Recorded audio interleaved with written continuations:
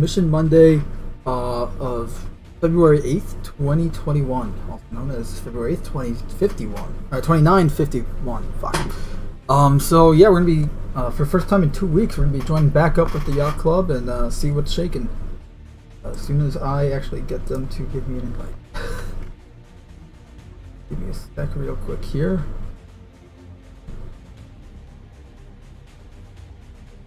And then we will join them in Discord. But for anyone who's just tuning in for the first time, has no fucking clue what Mission Monday is, also excuse my language, but you're gonna hear that a lot. So Mission Monday is pretty much, the Mission Monday part isn't really, there's not really a mission to it. There used to be, but now it's just flying around doing some random shenanigans, getting into trouble in Star Citizen. And this week specifically is the XenoThreat Assault on Staten event in game, where we have this new faction in the game, XenoThreat, this anti-alien xenophobic terrorist group, and they're here to wreak havoc and kill people that like aliens. And whether you're friends with aliens, you ally with aliens, you make ships using alien parts, you're an enemy to them. You know, they have that "you're not with us, you're against us" mentality, and we're here to essentially kick their asses. So let me just real quick. I'm gonna send me an invite.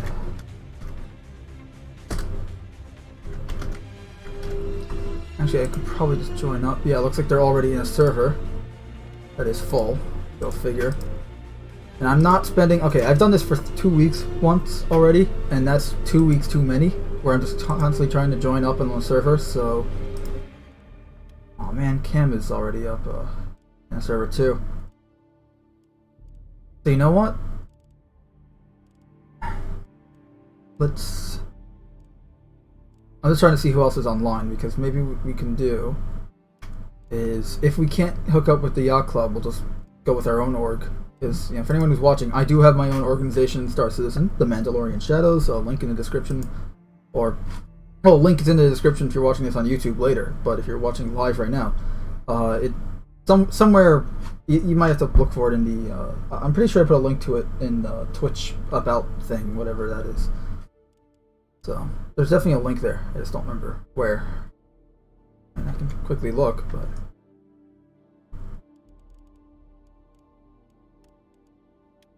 But while I look for it, a little bit about the event. So the event is essentially we have to ferry packages. Okay, so right now we're in phase 2 of the event. Phase 1 was the announcement, where you had this message from XenoThreat, you know, saying, "People of Stanton, we are here to wreak havoc."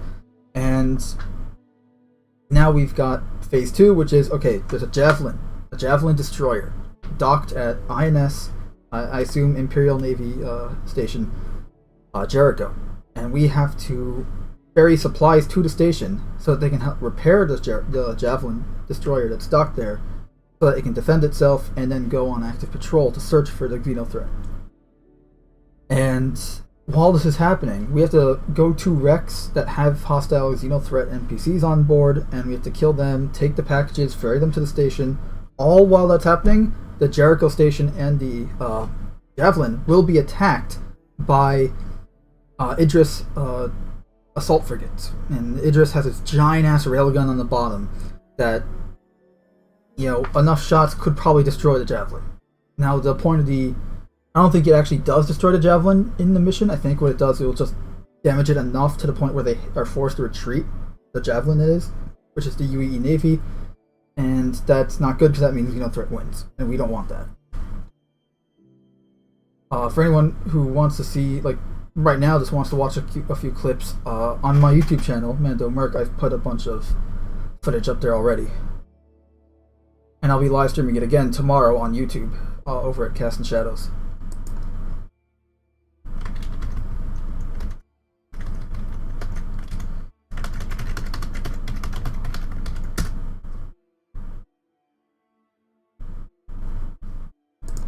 Let's see if the server opened up. It did not. Go fucking figure. Huh? Ah, there we go. Yes. Awesome. Alright, so now I'm going to join Discord. Just to give you that start. Hey guys. The Enterprise leading the hangar. There we go. Okay. It's good. Of course. I am trying to. Oh, all Alright, man, materia. That happened to me the other day, and as soon as I saw the door starting to itch they just twitched to start closing, I just hit the afterburner and punched it out. Yeah, that's what I kind of do. It's like, just go. Can I get a party invite, please? Yes, man. Same here, please. During Vara's night, when people were trying to get that Vandal mask helmet thingy, I got stuck at Brimhex for whatever reason. So what I ended up doing was There's no global chat. leaving my method of I would get my ship started. I would hover slightly above the ground. I would decouple and put my throttle at max, and then just hit cruise control and just blast out of the hangar. So I couldn't get targeted and blown up before I left. I would do I would really spool my quantum drive up inside the hangar, and the second I leave the hangar, I'm already quantuming out of there. Yeah, that's what I try to do. Literally going from 0 to 20% the speed of light in a second. Does the Nox, are they able to be put into the thing? Not Define really. the thing. Or the Dragonfly, can that like go inside without screwing over everyone's vehicles? Yeah, They're should. still working on it. Yeah, Honestly, I think it's don't server really try stability to at this very well. They point, can go not try to this play ship. with the ceiling. Yeah, they just don't have a happy medium right now with them. Okay, I'll pull up. Lobby. I think so. And yes, skate. No. Vern already loaded up my RC onto your Carrack, by the way. Okay. If you try to bring one of Bring the up bikes, the onboard make sure you keyboard, the on-screen keyboard, because I forgot that I don't have the ability to type without it. bring the bike down to the ground. Oh, yeah, I don't even bother with that. Might need They to. are problematic. Oh, I'm not connected to the. Oh, that's not so good. Not good at all. So this could be problematic. There's no global chat. Alright, well, let me at so least anybody in the server send an invite this to on. me, and You can go /invite, I think. Volume. does that- /invite and then the name. Oh, maybe I'll try that. I'm gonna have to reset my account because I'm stuck at Area 8. Oh no. There are no hangar door. There are no doors. I can't get to the hangar Just to. try to logging out and logging back in. I Sometimes that did. fixes it. Oh, that still didn't fix I it. did that. Yeah. So I'll have to just stay out for the time being while I reset. You could try jumping onto a different region server and then back again. Character there is change, that. change your gender, change your hair. That might help. It's funny how all these fixes, you would seemingly think it had nothing to do with anything related to the problem, but they do. Yeah, it resets your player data, like your character account data. Yeah. Hey, Lauren Speed, how's it going? It's awesome. I get 60 frames per second when I'm not in the game or at the menu.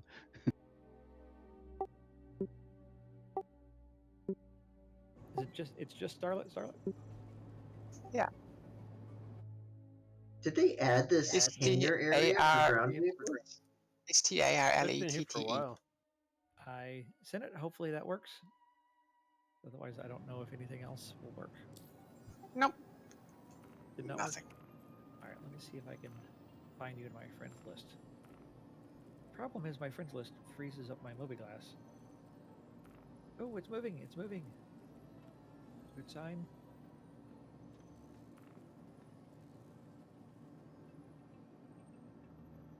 One FPS. You have one SPS? Yeah, when I open up my friends list, I drop to like 1 FPS. Huh. At least you're getting one. You be thankful for your 1 frame a second. It's 1 frame per second. Looks like we have Don't be the greedy. endurance all filled.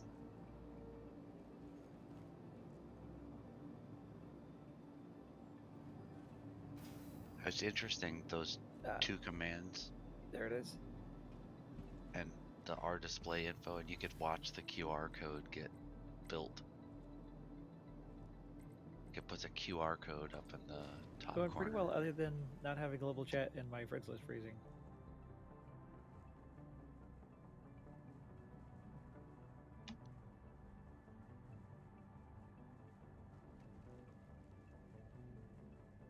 I think one FPS is because it won't register anything slower than 1. You got a 0.3 that it's lying to you. Oh no, Jordan, it's 1. Oh, it's 1. It's just right. -1. I am trying to send 0.03. Starlet. Okay, standing by. Just think hoping back that to this the works. bulletin board system. It's It was 60 seconds per. Yeah, I gotta file an issue council report about this because this has got to be for people who have hundreds of people on their friends list. It just Oh, and freezes while you're plexiglass. While you're at that, go ahead and put in the thing for on the friends list in the ship. If you have more than 50 people online that you know, scrolling down in the ship to the display where it shows the actual landing authority, make that always at the top. Yeah, it was for a while, and then it wasn't. I don't know what happened. Well, it is if you have your ship turned on at the dock, but not if you have a list. Yeah, or yeah, if you're flying to it. Yeah, it's because it gets added. It just gets added into the array, and they don't. Hello? modify it correctly. It's easily corrected though. All you have to do is go, move it to shields and then move it back to comms.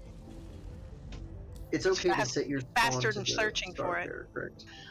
Or I mean, to the carrot. Is anything coming through, Starlet? Nothing. Nothing. Can anybody else invite to the party? Nothing in pending either. Yeah, I think it's so frozen that it doesn't let it send. Okay, no worries. Maybe I'll make somebody else party leader, and they can send. Don't do it to me. I don't have global either. Well, no, but I don't anybody who have has global either. Starlet on their friends list can send a party invite to friends list. Your friends list may not freeze up like mine is. Porter, do you want to take party leader? Sure. You're in charge. Uh-oh. Oh. Is the intention for us to set our spawn to the carrot if we're coming on board? Yes. Yep. We're all gonna die. Die horrible deaths, you shall. I think I found the exact Yay! spot we were at last night, Joanne. Oh, you found it? Oh, good. Thank you, Porter. You're welcome. Awesome. Hooray! There's always a workaround. Check Your out the leader again. big brain on Brad. I had some Are you delicious trying bread to today. fix my cyclone? Yeah, get positioned over here on the side. So on the right side, you're pulling forward, and you can get out on the left side of the driver's side. And if you pull in on the other side, then you're supposed to back in. What's the target today? Mystic is the target. She is in a beautiful area of microtech that she discovered. We went to go see last night, and it was very cool. Okay. What OEM is that? Are you already at? Do you want to set your spawn point somewhere nearby, or just go from Mike L1? Mike L1's fast enough. OM5. Okay. Then I'm landed, so you can use my quantum beacon. Provided it doesn't quantum you into the ground. It shouldn't quantum me that close. It shouldn't. I thought it was not supposed. It was supposed to quantum you. I have 2 MSRs. 10 kilometers. One is on the ground here if someone wants to use it. Are you flying that Planetary? Do you want me to get you a Cyclone?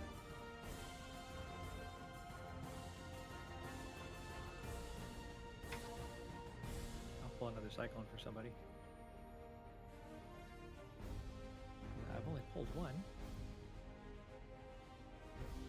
Oh, come on then, pull the other one. I'm pulling another one.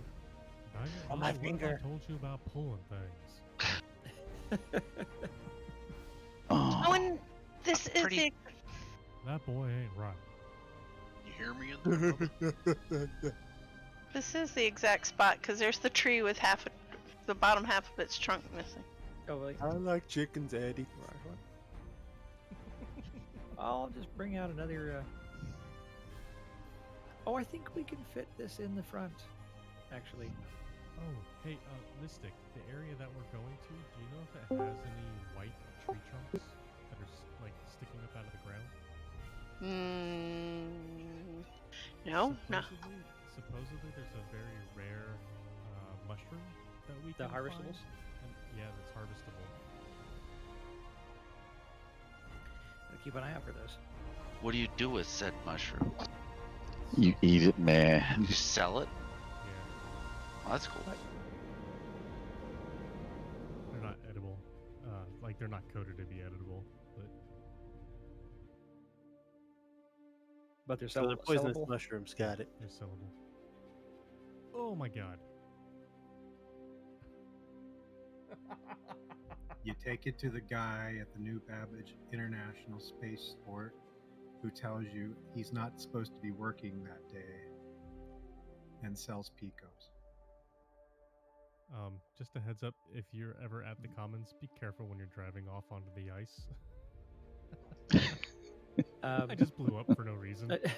Yeah, I think the ice is blowing up vehicles. Not blowing up ships, but it's blowing up vehicles.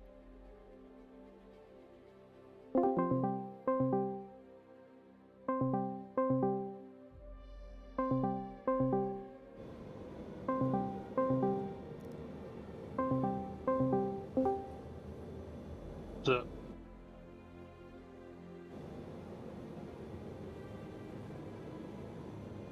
hello?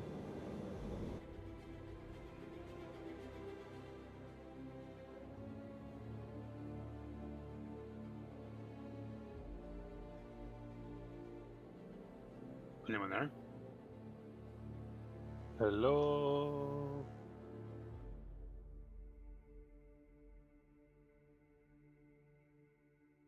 You there, Merc?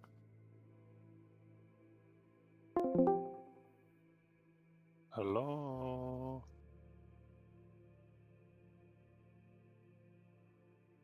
Hello, yes, it is me. I am talking to you.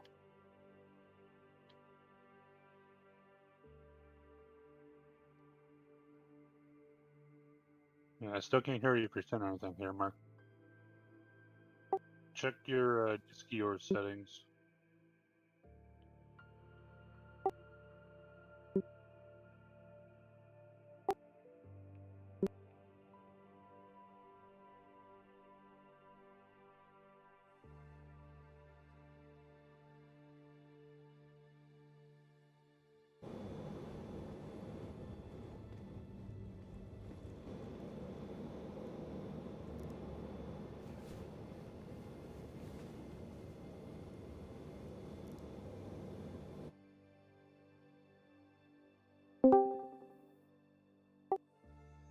Still cannot hear you. Assuming you're saying anything.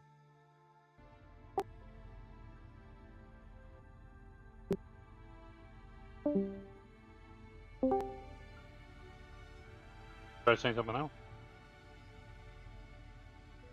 Anything, nothing, still can't hear you if you're saying anything.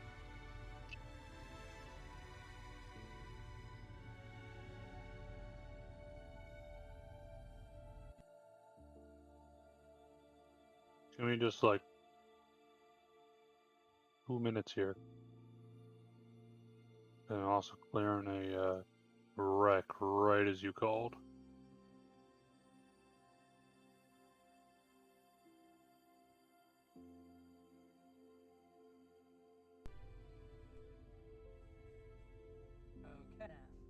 Not surprised me one, but now you can hear me, right?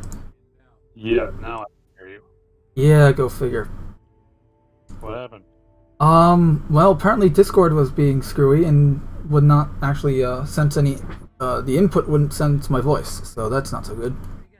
But I was just in Yacht Club, and I kept like saying like, "Hey, I was testing like, hey, can you guys hear me?" And like everyone but the guy running it could hear me. So I'm like, that's not so good because then he can't hear me ask for a party invite when I Yeah. Asked him 17 times, both in text chat and in over Discord comms, and I'm like, I don't feel like waiting forever.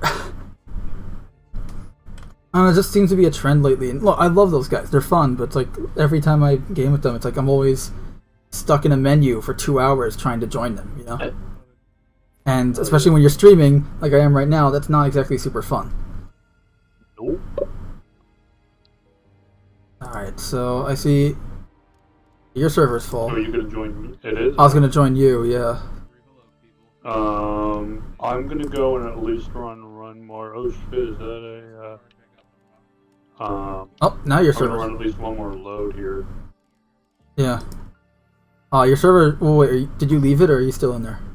No, I'm still in. Okay, so let me try joining it because the spot just opened up. There we go. Yeah. I'm just trying to get the Phase 2 footage as much as I can because before Phase 3, because I hear it's supposed to be this week. Yeah, sometime this week here. And that's going to be Javelin actively going about the system, searching for XenoThreat activity, which is going to be so cool. Especially as like a random encounter, you're just doing some random mission, right, and all of a sudden you see a Javelin just quantum in. Well, I mean, I don't know if it'll specifically be like, hey, boo, it's me, the Javelin. Just because I don't think they want it to be, because I mean, like, at least this mission was very direct. Right. It wasn't like, hey, we're doing some random shit here, and then, oh, ooh, by the way, you know, hey, bitch, I'm here. So I don't know if they'll do that with the other mission as well. We'll find out. Yeah, we'll find out. That's No, the thing it is... was funny, so I went and I've been using my Pisces. Oh, yeah? Because I'm like, it's nice, it's simple, it's got, if it gets blown up or some shit, it's got a real nice short, timer on it. So I'm like, okay, I'll use that for it. So I went and loaded up my first load was the yellow shit, and with that, I went and just started stocking all that stuff up, and like 2 or 3 other guys came up and were helping me load it up, and it literally had this thing just fight like one whole Starfarer's worth of yellow shit on it. And then, flew it back. It was like, I think I had like 29 things of it. Yeah. No. Yeah. No. Yeah, here, try grabbing a couple greens and then just stack them right here. I'll mess around in there real quick and then see if I can. I'm 36 mil out because I spawned at the sun thanks to logging out of my ship. If you want to grab a couple green, I'll see if I can fit any more in here. Understood. Talking to some I'm gonna see if guys. Coolius wants to join us this time.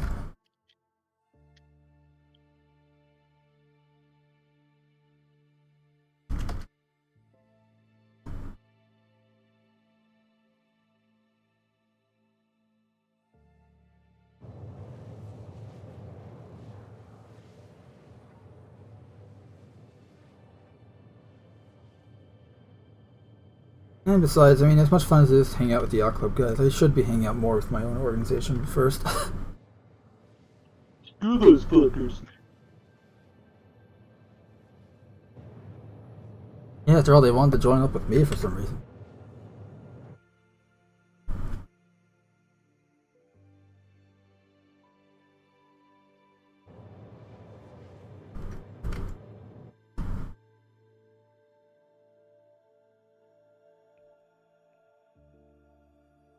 I like these nice square ones. They definitely stack a lot easier than the yellow ones with the curved fucking shit. Oh yeah, because they're cylinders. Yeah, whereas the other ones are all fucking nice and blocky here.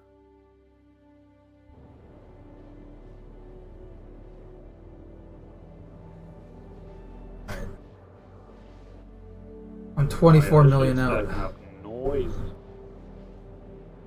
Actually, what I probably should do. Oh, it's saying I have to jump to Mike L1 first before I can jump to you. Got it.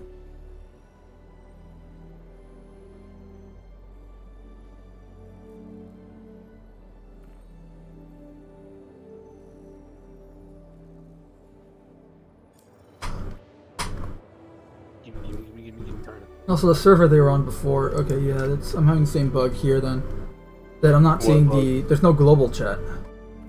Yeah, I noticed that. I wasn't sure if it was just a glitch. Like I had one server, it wouldn't let me do anything with it. So I went and I joined another one to see if it would do anything with it. And I saw the same thing, so I was like, yeah, screw it.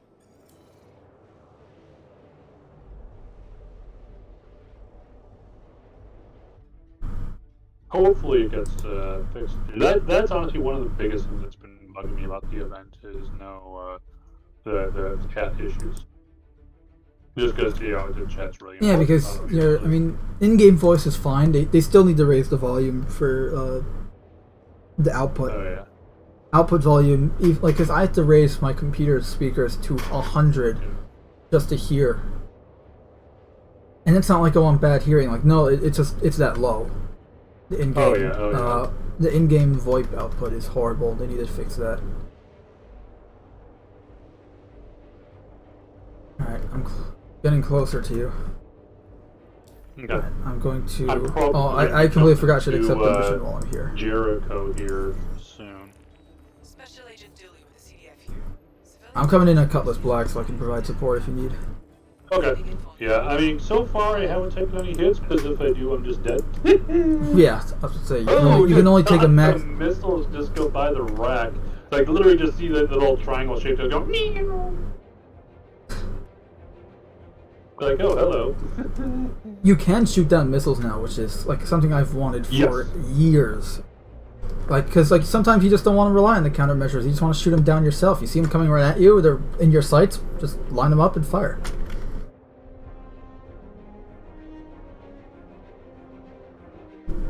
I'm gonna raise the volume of this music I have in the background. I'm playing some of Pedro Camacho's Star Citizen medley. Noise. Yeah.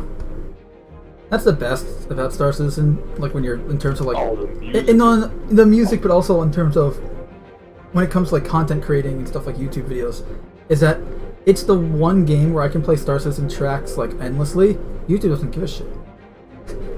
Oh yeah. It's not, versus like even a lot of the Halo tracks. Like if I were to have like Steve Vai's Halo 2 Mjolnir mix, right? Like that, like they're gonna give me a copyright claim for that, or something like Walk in the Woods, right? But oh yeah, don't bitch all day about it. Or hell, I got I think last week on Mission Monday, I did. I went on a bit of a rant comparing like how the Avengers music is very like whenever they try to do an emotional or dramatic track like a score, it's always super obnoxiously loud. Yeah. Oh yeah.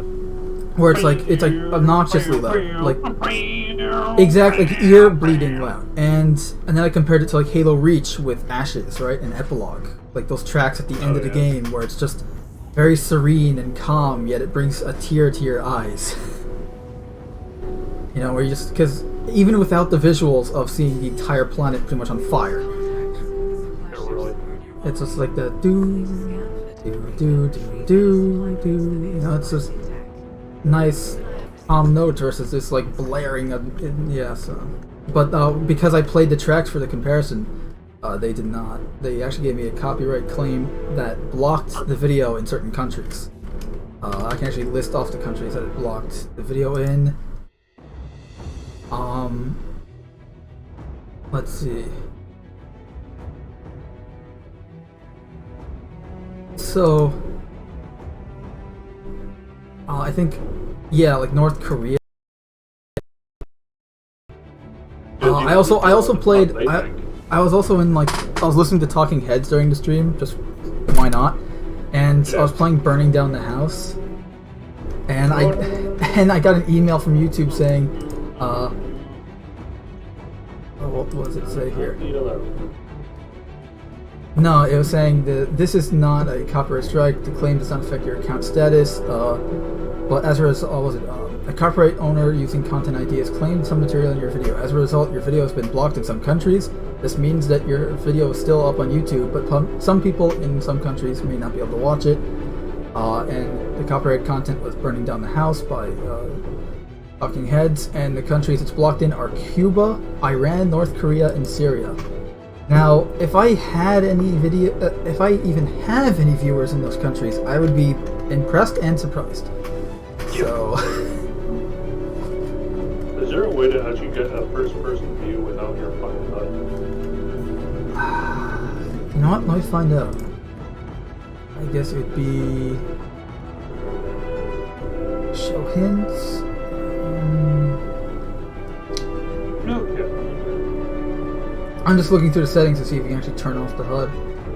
Yeah, I don't think there really is. I thought there was a button where there's turn on like all HUD features or something.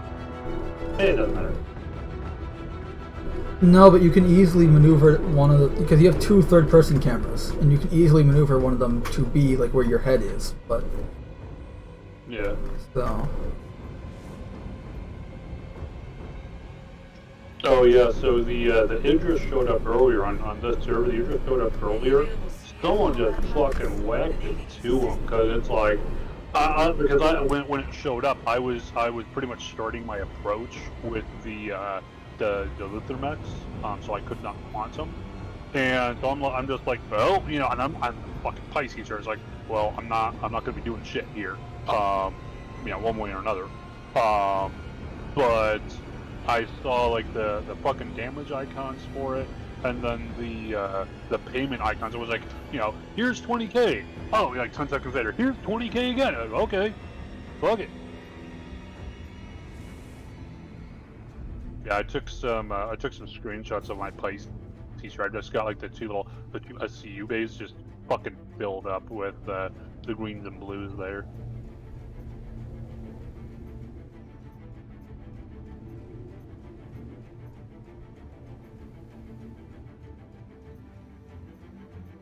Yeah, I'm a jerk.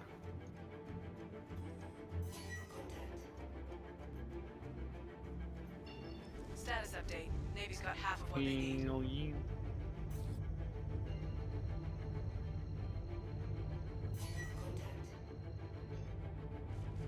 Yeah, I've been seeing that, but I've sometimes seen players who are just blocking just to see like who are you kind of thing. Oh yeah, then in that case, kill them all! Looks like another interest headed towards Jericho. How many of these things have they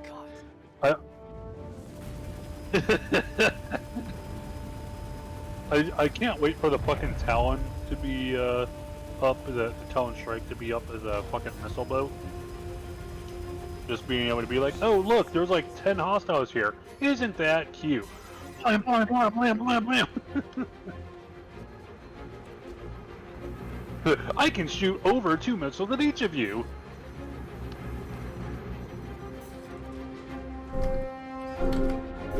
And that's just one fucking Talon. Those are, not to mention, that's one Talon, and those are size 3 missiles. So right. Well, they're pretty much they're missile boats essentially.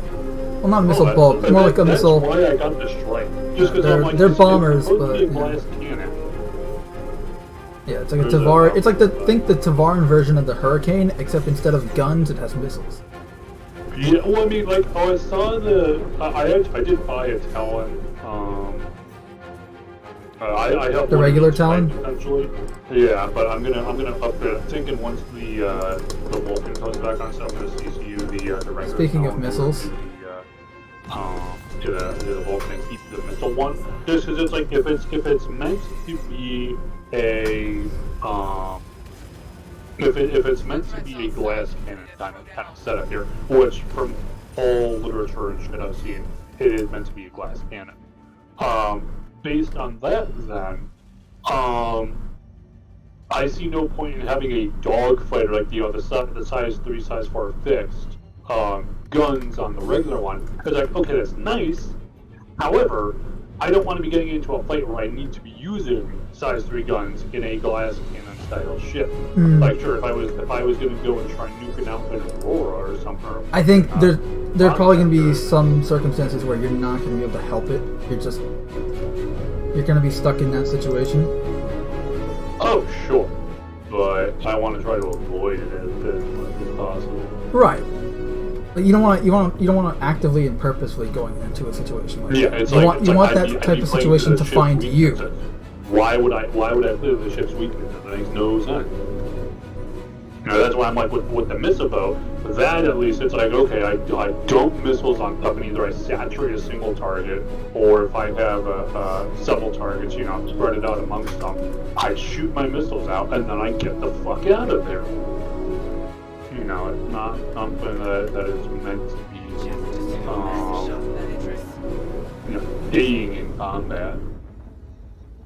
Wow, we are clearing these things up. Where is all this cargo going? Because we haven't turned in all that much shit. Could have been taken out in an explosion. The blue stuff is explosive. Yeah, true.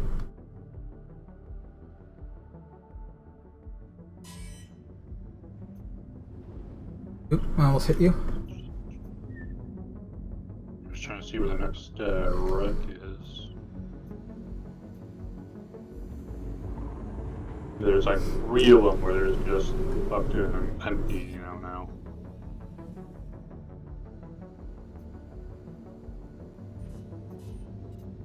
Oh, actually, I have to head to Jericho because I never reported for duty yet. So.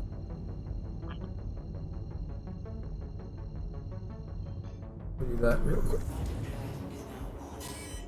There we go. Got an interest inbound. Let's get to work and run it off. Oh, there's a supply ship over here somewhere. Alright, and here's an Idris. I'm gonna get footage of the Idris.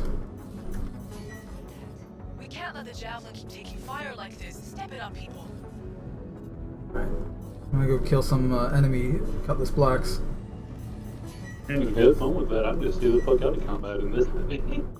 Idris M. Yeah, let's go shoot at that for a while. Let's see what happens.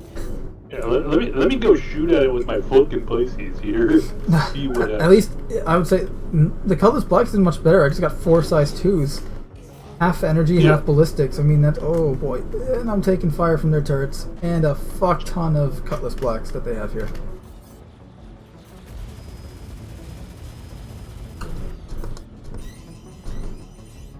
Alright, missiles away.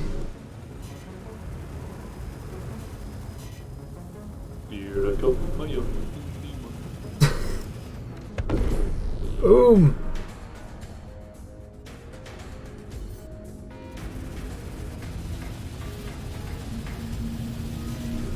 Eat lead, you xenophobic scum!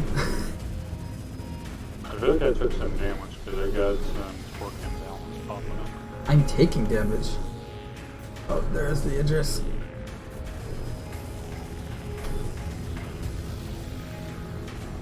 All my shots were missing. Rip. Oh, I don't have it targeted, so I'm just blindly shooting at it, wasting ammo. Oh, this guy doesn't even know that he hasn't even cleared the police.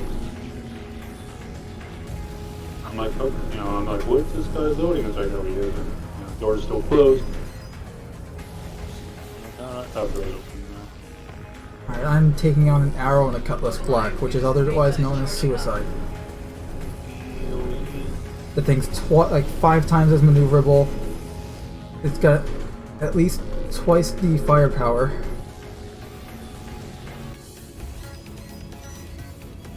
Oh boy. Crap. Forward shields failed.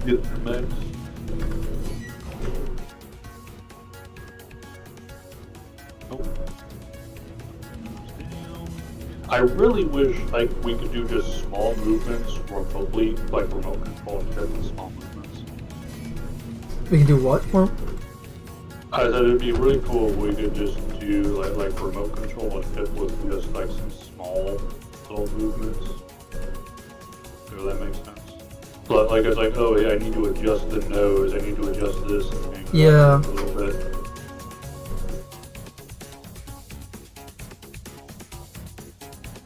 Alright. So the Idris rammed me. How'd that work out? I blew up. Rip. Oh, yep, there we go. Right on the face. No, I will get out of here before the geometry spawns. Ah shit, I got caught. I got caught in the geometry.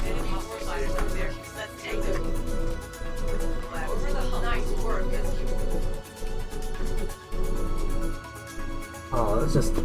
What's this track? Synth Quest Blue by Pedro Camacho. Oh, that's a good one. Playing from the top.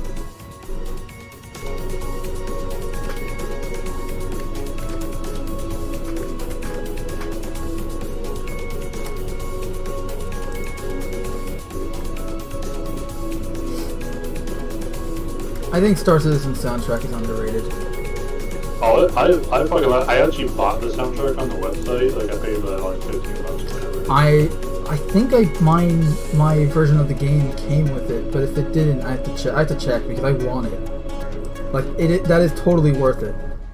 Especially since the music is already there, so you get it now. Like, there's some damn good stuff. Disc Reliant by Pedro Camacho. No, there's like 3 different artists. You got Pedro Camacho, you got Danny something, right? And then there's a third guy. Are we talking about the allies here? Or? No, the soundtrack. Done by like 3 different people, I think. Like that's it. It's only done by 3 people. Oh, they're doing a fucking good job of it. Oh yeah. Hell, I love how I think Pedro made a almost like 90s sci-fi TV show. It almost feels like a 90s sci-fi TV show main theme spoof. Like think like your Star Trek TNG or DS9 or something kind of. Oh yeah. It's fucking awesome though.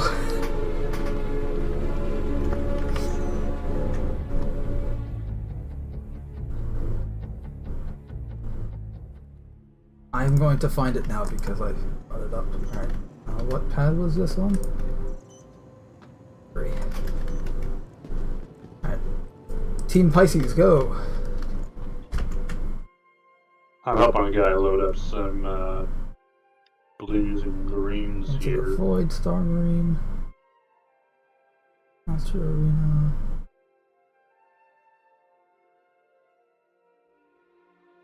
I think it was the Arena Commander old version. That was the theme. Yep. So if anyone watching wants to hear this theme, search Arena Commander old theme, and it sounds like a sci-fi intro.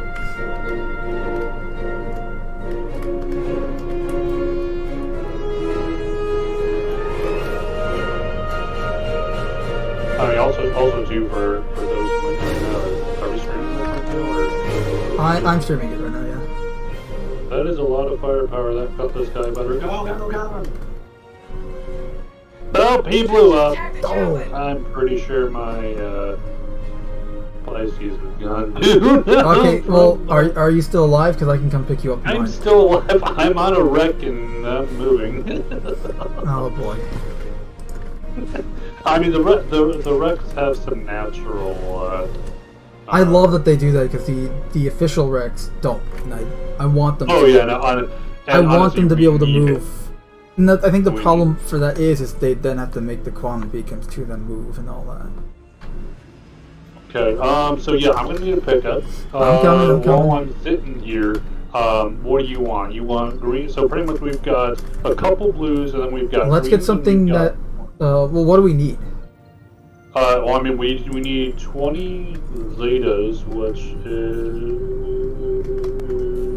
my fucking.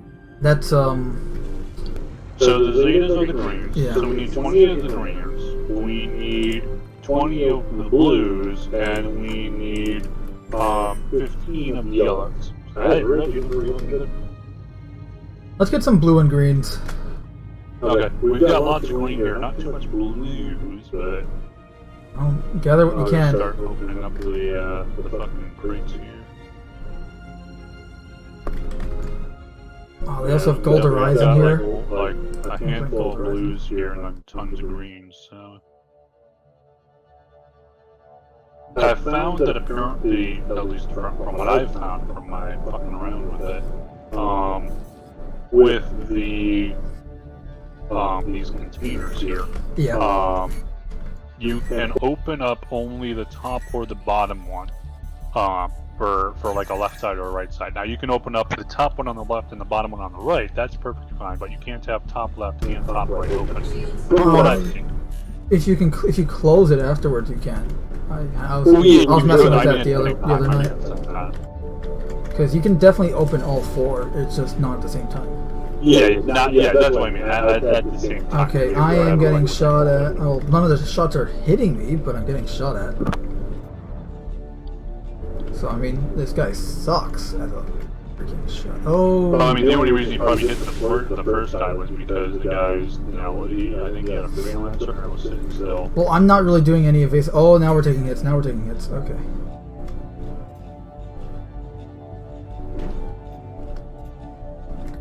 Just. Well, let me know if you already would come over and pick some shit or not. I'm literally in front of you. I'm just trying to. Oh, you're not places. Yeah, well, my Cutlass Black blew up, remember? Oh, yeah. And I got nothing else that can haul cargo. We need to get you some more JPEGs, man. Hey, if anyone's willing to fund my. Is anyone's willing to help fund me so I can continue to fund Star Citizen? Yeah. Fuck. Boom! Yep. I didn't even get to leave. I see my corpse. Are you dead too? No. Well. Which is why it's kind of funny. You're just gonna be forever pitted now. You got your Mercury? Also, who's shooting at you? Is it Xeno or is it players? I don't know. I think if I had to guess, players based on. Yeah, based on how effective. Oh, hopefully someone will come by to grab all this green shit. Yeah. Oh, hey, look, a player. He's probably gonna shoot you. Hopefully they're not hostile because they're holding a fucking railgun, so that would probably ruin the day. Oh, that's probably what killed me. Maybe. I mean, you can kill a Pisces with a single railgun shot. It's not that difficult. Oh, especially when they're parked. I've seen a Pisces get taken out with P4s before. Yeah.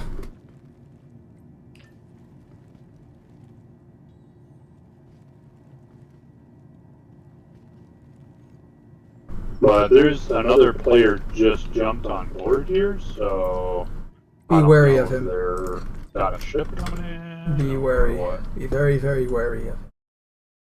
Oh, I am. But I mean, they're moving cargo boxes around with a multi-fuel. So okay, so then that's a good sign. Yeah, so I don't think they're hostile. All right, what's part of this? It still makes me laugh to this day that they have freaking handcuffs here at the hotel. I mean, we're here to service all your needs. Yeah, you got shampoo and conditioners and like all their toiletry products. They aren't even like the kinky kind of handcuffs either. Yeah, and then they don't have the fuzz, I guess now, but.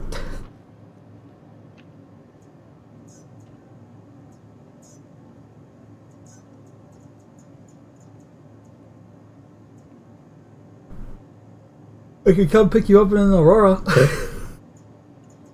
I mean, well, that's not going to be too useful here. No, and neither is my 85X. Yeah. 85X they can transport you, and we can shuttle you to here, and then you can get your ship. But I'm going to expedite my Cutlass. Okay. How long will it take expedite? It's like 5 minutes or something? No, I already got it. Okay. I had 6 minutes left, so I just figured. That's what I like about the Cutlass. It's that it's an extremely versatile ship, and you have like when you have to claim it, it's like 13 minutes, okay.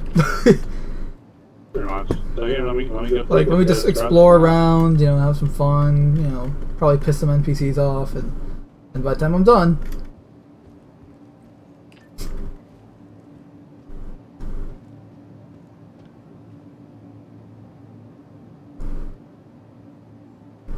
Elevator's not coming. There we go.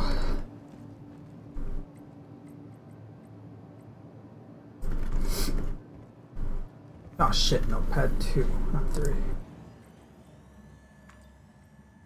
Okay. Do you have a ship coming at all here? Because mine got blown up here.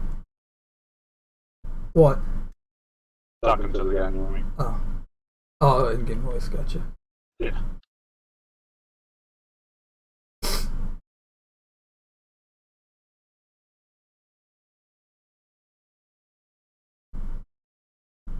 Action saw plus environmental hazard. If I've heard this track, I never knew the name. The guy was suicided. Too bad I can't grab the robot. See, you present. Can't go.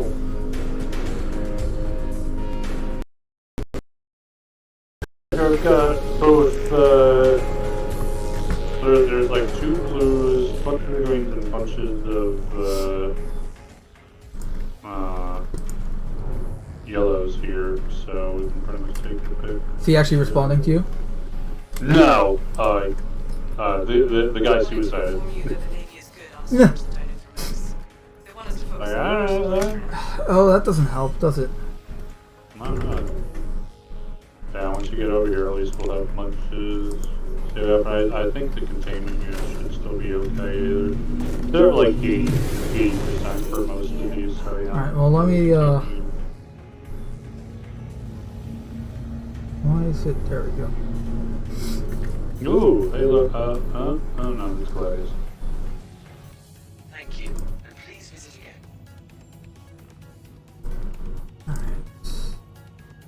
Oh, because that's my quantum travel. You should probably get the fuck out of here. Oh shit. The Navy needs more Acryloplex. Keep an eye out and drop off what you can. That's the blue stuff, Missile. right? This Gladius was sitting like right outside the entrance of this wreck here, and I'm just like, I'm like, and then I just see a missile like literally just loop him. It's like, and he's just like, oh shit! Alright, But I definitely want to. It's not giving me a quantum beacon, even though I'm. Man, whatever.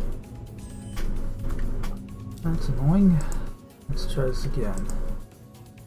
I definitely like though how this event is catering more towards the community aspect of it, as opposed to, oh, it's just for if you're doing combat shit or something. Like I definitely think There's that element of teamwork involved in order for it to work. Yeah, well, I mean, I've seen people just, it's like I've had times where I'm just, I mean, like hell, right now if someone were to show up, I'll just start loading fucking cargo into their thing. People have done that for me. I just pull up and they just start, hey, we're gonna just start shoving shit in here. It's like, all right, let's go, and it's like there don't even need any comms really for it. It's just, hey, we know what we're doing, we know what we're about. Let's get to it. Yep. Yeah, it's just that it's an element of teamwork, that kind of silent camaraderie, that kind of like we all know what to do. Let's get to work. Yeah. I really like that shit. Alright. So compared to say like the Halloween event where it was just like, oh, you just got it, it was just PvP shit, and so it was all just like, hey, I'm gonna just start shooting people. I did like what people did with that, where it's like, okay, let's all go to like Delamar and line up in front of a gun and shoot each other. I like that, but at the same time, it's like it clearly didn't work because I never got my. I told you were too close. You need to do like 1 or 2 more runs of that, because that I specifically. I'm pretty sure I got like 52 or 56 kills, and I but... did another like 2 runs just to make. But that's the thing. I think that's the weak point. That they didn't tell you how much, and for an event like that's horrible. Like they need to have told you how much you needed and all that. Oops. Oh, sorry. That was me. I nudged the wreck a bit. I was trying to line up the cargo bay with the. Do you want greens or do you want yellows? If it's yellows, we're going to be taking a while. Yeah, let's do blues and greens if you have any blues as well. I see a lot of greens in there. Yikes. So I've literally just been, because again, I've been sitting here for about 10 minutes, so I'm like, yeah, well, might as well be productive. Actually, you know what? I don't even have to. Why am I lining this up with like the rear when I can do it with the side entrance? Just use the side door or whatever. Yeah, thank God for the Cutlass Black side entrance. Although I really do want to see them making a solution vault the side doors from the ground soon, hopefully. Mm-hmm. Everyone does. Yeah. Alright, this isn't good enough. Hold on.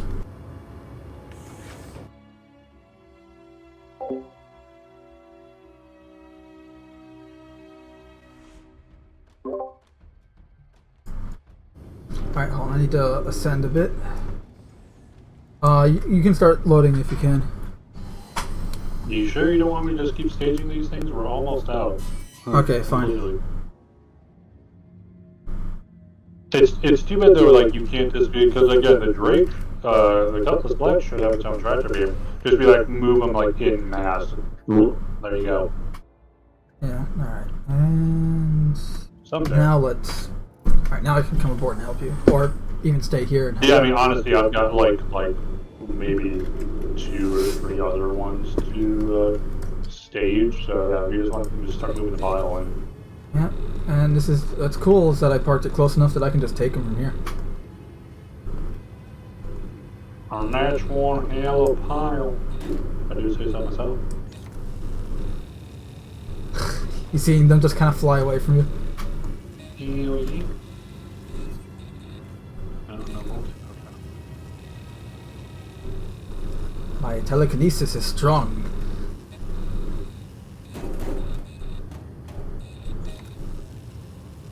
No, that's yellow. No yellow, no yellow, not the green. I mean, hang on, it's probably not gonna end well. Well, we don't know what happens if the green explodes, or is... Yeah, I'd rather not find out this true. Well, we'll find out later tonight. Let's do that. Yeah. Because I do want to find out what happens if you do... It's probably gonna do the same shit. I want to find out what happens when you do everything you're not supposed to do with these boxes. So, stacking them all together and then quantum jump? Pretty much. Could probably do it with Pisces, but I can guarantee it's gonna go boom. Oh, we can do it in the Cutlass Black and see if that goes boom too, because it'd be more interesting for gameplay in the future. Since it would really suck if these boxes only exist for this event and then you never see them again. Oh, I guarantee they will not. Because they've been talking about these different cargo types for a while here. Yeah, like, hell, even hydrogen in the game as we have it right now is supposed to be like this, where it's like volatile and... Like if you're in a firefight inside a ship and they have like a giant crate of hydrogen on board and you fire at it, you know. It's like, oh, crap. Yep. Spark, meat, oil.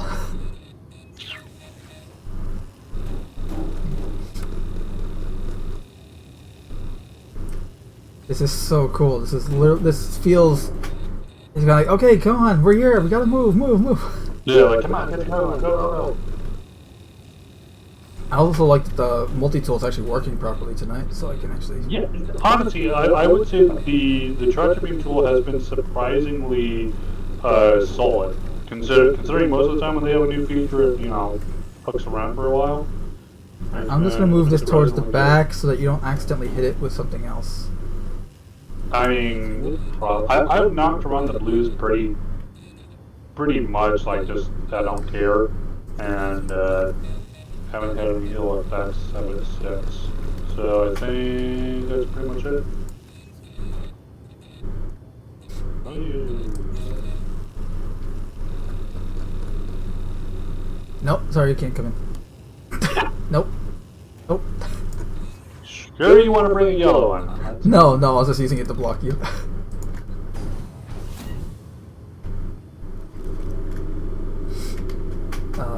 Got back a bit. Yeah, we're still at like 50% for most of the containment units, so we should be good. Oh, dude, we can like easily fit like 50 more boxes on here. Oh yeah, we could probably fit like the whole event worth. In just a Cutlass, probably. Yeah. And if you actually like stack them, organize them, and had them stacked to the ceiling, yes. I do hope eventually we'll be able to, with the multi-tool, do rotation. Just so I could be anal-minded about stacking this shit. Yeah. Also, I love how you can, like, if you back up, look at this, like, if you're seeing outside the ship, the Star Runner in front of us gets all, like, cloudy and covered in smog. Oh, yeah, they and then we get closer and it starts clearing. That I love going to be indicative of the cloud tech that we'll get. Yeah. Just because I do really like the only thing I don't like is that it sometimes affects the HUD. It's also like there's like that fuzzy effect when it's loading in, which obviously is a graphical glitch. Oh yeah.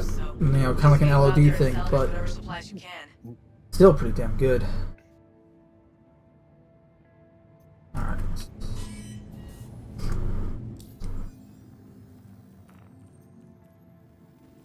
I guess I don't call the land, right? Just land. No, just land, and then you just run to the terminal, and then sell. Oh yeah, we're good. We're good on the Luther mix anyway. So I see that. We're pretty much going to be we trying just need the green and the blues. Flex, I believe, and then we've got like a handful. I'm sure of people on the potatoes. server were probably like, let's get that one out first because it's the longest. Oh, yeah, that was the reason. Like in my Pisces, I had like 23 or so.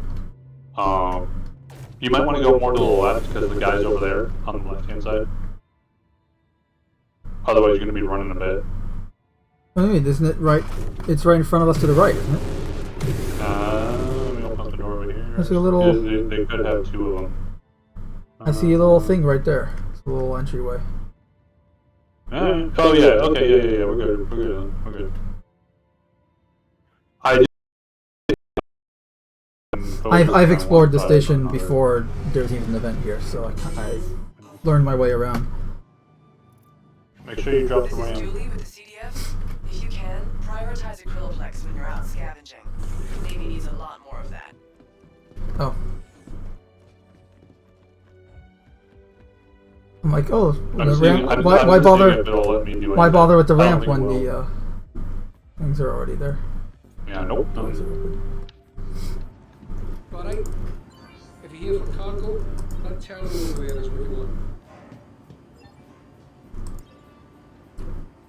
want. 2 units of the Alert down that we got the shipment. Zeta Prolonade. We're all stocked up on that. No, we're at 134. There's a cargo terminal over there, which is I guess someone else beat me to it. So I got 30 units I can't sell now. No, you can still sell. Won't let me. Okay, now let me sell them. Yeah, that's it'll let you, as long as people keep grabbing shit, we can keep selling shit. Which is nice. The only time you can no longer sell shit, actually you can sell shit even when the event ends. Like if you want to just get it off your ship, you can still sell it here. Because I did that once. Now I'm looking at the UE naval uniforms here. And they got the mantis helmet. Yeah, which I hope means that we'll be able to get that in fucking Merc. Oh, I thought you were. I thought you were on the ramp. Sorry. I was. Oh, well, that's so weird. It showed you underneath it. Yeah. Ta-da.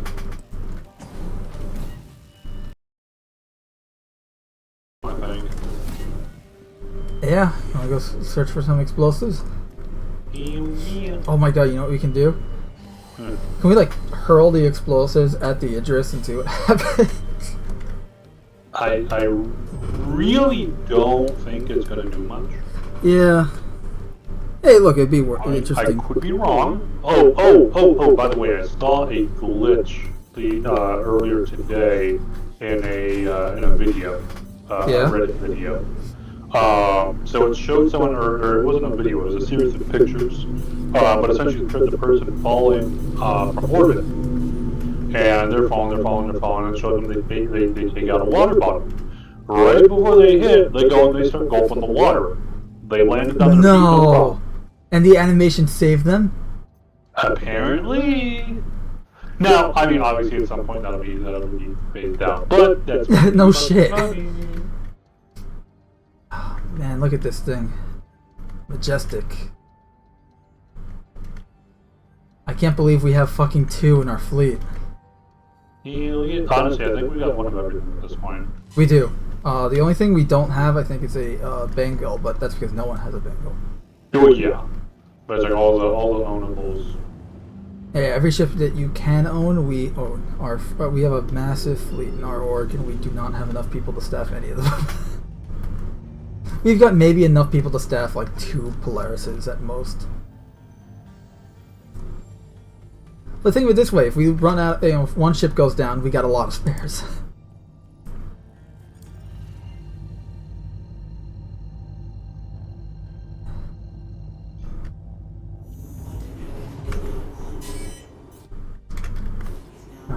Nice. Oh, and there's that fuzzy effect again. Where it kind of looks like TV static.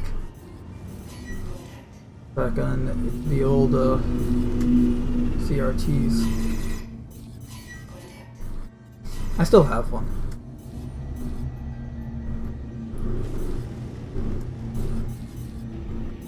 Cam, you in the turret? Cam.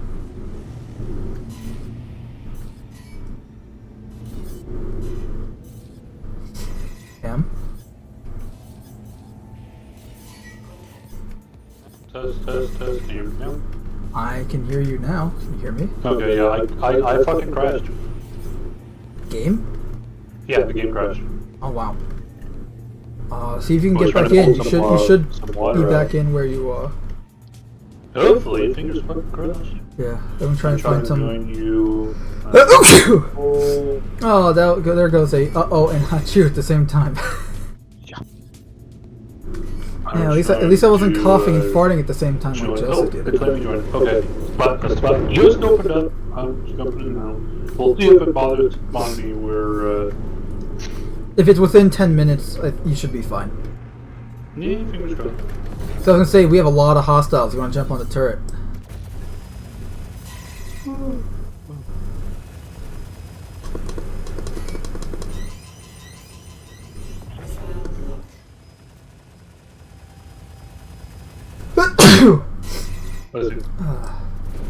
I got one more and then I can't sneeze for the day.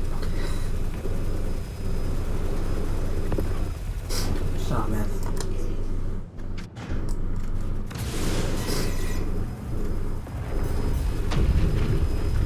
Yes! They're dead now. Okay, yes, I'm on the colors. Let me accept the mission so I have to get the payout. You wanna, if you want, I can drop myself off at the wreck and then you can head back to Oh, I've still got the mission. Oh, awesome. I was gonna say, Yeah, you can just drop yourself, I can drop myself off at the wreck and then you can go to Jericho to report for duty and come back. Yeah, no, it doesn't even need me to do that. It literally right awesome. back where I was fully. No, that's really good. Is it gonna let me pull out my fucking water now? Because I need water. I have water too if you need it. Yeah, I've got some bottles on me, but yeah, but sometimes like you pull it out, like the drink, and it does nothing except for now you have no water in your inventory. Because it somehow it's not in your inventory anymore, but it wasn't in your hand when you took it out. So yeah, it just fucking disappeared. It was like, oh, yep. fucking thanks. Yeah, I had that happen to me before. There we go. Okay, well, I was able to take off my helmet. Okay, looks also, decompressing the cargo bay. Got it. Sorry. Well, I don't think the interior door opened with that, so. Oh, you're okay. No, you're safe. Yeah, if it didn't. Yes. I specifically for now. Sure I was in the cockpit when I did that. Let me just litter in your nice cockpit here. Okay, I think our allies. There's only 2 left. Our allies are taking care of it. Okay. The rest of the CDF are just taking care of it. Let's. Some blue shit real quick.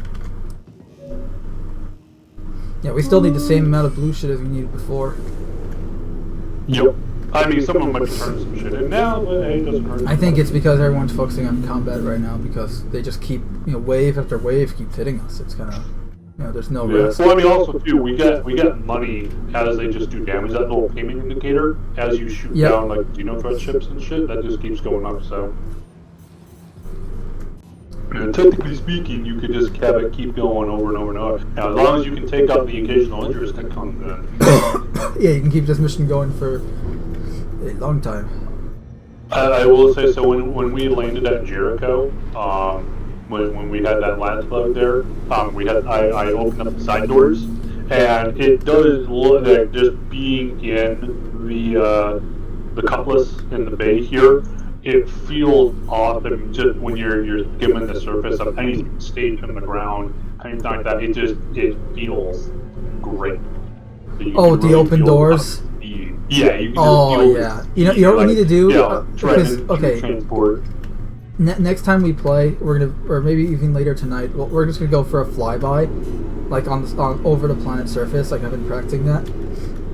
And you'll one of us will be flying, and one of us will be in the cargo bay with the doors open, so we can record that. You'll probably want to be in the cargo bay just because you're the one recording. Yeah, I mean, I could just record it like with the third-person camera on you in the cargo bay, and just be very, very careful flying. Wouldn't be the first time I've done something stupid like that. Yeah. Okay, this one there's a lot of holy shit. A lot of ships, but is it open already or no? Yeah, it looks like it is. Yeah, let's find another one then. We can just let them do their shit. Because also too, if nothing else, if we load up just the blue shit, especially, we can go and sell it at a later point. And it's like, oh hey, mission over. Shit, so that stuff works for anything. Like you can sell it anywhere. Yeah. But we could also just save it for if we do it tomorrow, assuming that it's still ongoing. I don't see any reason. Right, assuming tomorrow is phase 2 still, and not phase 3. I'm honestly, part of me's hoping that tomorrow is phase 3, but I don't know. I'm sure we'll probably get a fucking email when it comes out. So oh yeah, I've been getting emails from them all freaking day. So, and actually read that shit too, so which is nice. There's a lot of little icons. Why do I have so many icons here? Or just for each individual piece of the ship? Yep. Okay, so no one's at this wreck. Either it's cleaned out, no one's been here.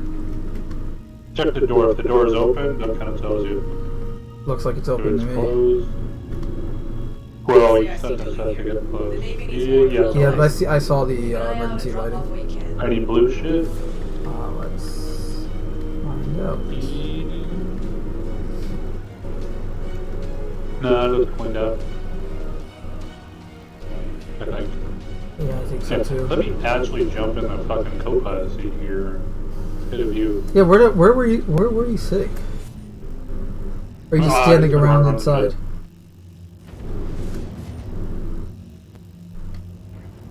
Alright, so we got 2 wrecks here. Let's check the one on the right first. What could possibly go wrong? We can die. Also open. Yep. Well, let's check it anyways. I can't really see is there. Alright, I'm going to turn off the lights here. Yeah, it's easier to see without the lights on. I can't tell if those are living people or not, so give me a sec. Yeah, those were live.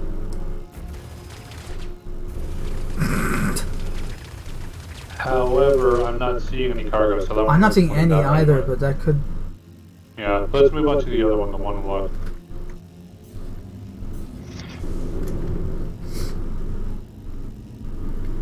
Man, they really did not protect these starfarers at all. Or if they did, no, I saw some I saw some Vanguard parts floating, so... Support craft, which, I mean, those are some tough-ass support craft, and they got owned anyways.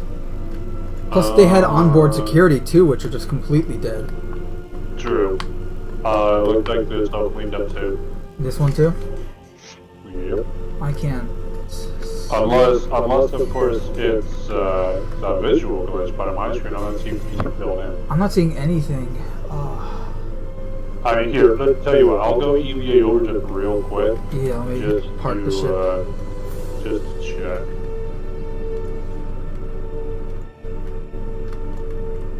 Alright, we got looks like a friendly,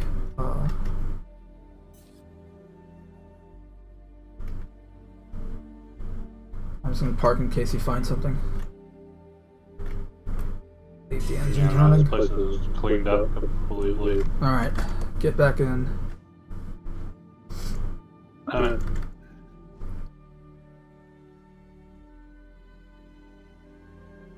We might have to start scanning for new wrecks, that might be why. Oh! Hey, Extra Moore and Vigilante Williamson. They're in the chat, but not saying anything. We're being shot at. Yeah, no, get back into shit. Okay. Alright, let's take this guy out. Get unit turret. Moving up now. Anvil. What is it? Anvil arrow, so we gotta be good about this. This guy's fast, and he's got firepower. Not to be trifled with. Too close for missiles.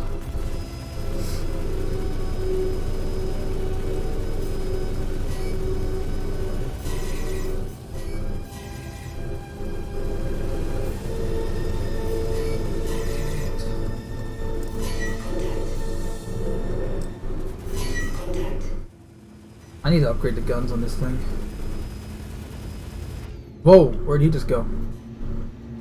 That was decent. Above. Yeah, I got him,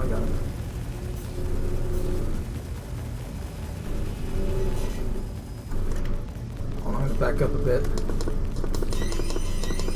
Missile lock? Yep.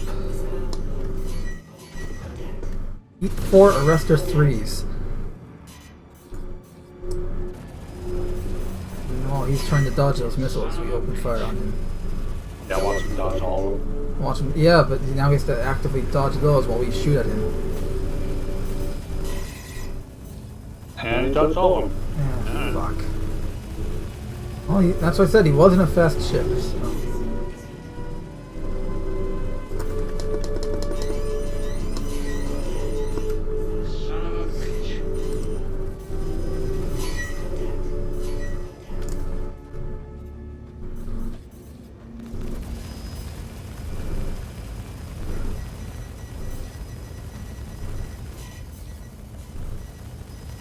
We're getting him. Look at those hits. Yes!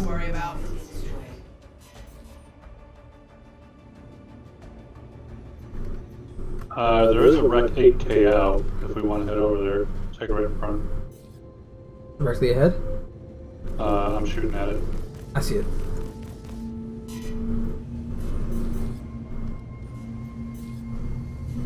Don't mind me, I'm just taking pot shots.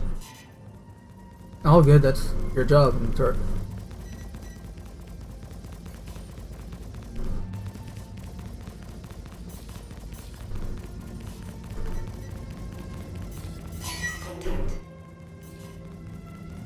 Are we sure we didn't explore this already? I have no idea, we could have. Doesn't look like we did. Doors are open. And the lights off so we can see inside it better. Yeah, I see some, was it green or, no, it's generator lights. Yeah, but so I would say this one is cleaned out. Then you have this one over here. I think we may have already explored these. But can't hurt to check again. For all we know, they could like respawn. Oh shit, it's almost 11. Yeah. Let's see if we can run. Looks like a twofer. This might be the twofer we were at earlier. Yeah, I think so.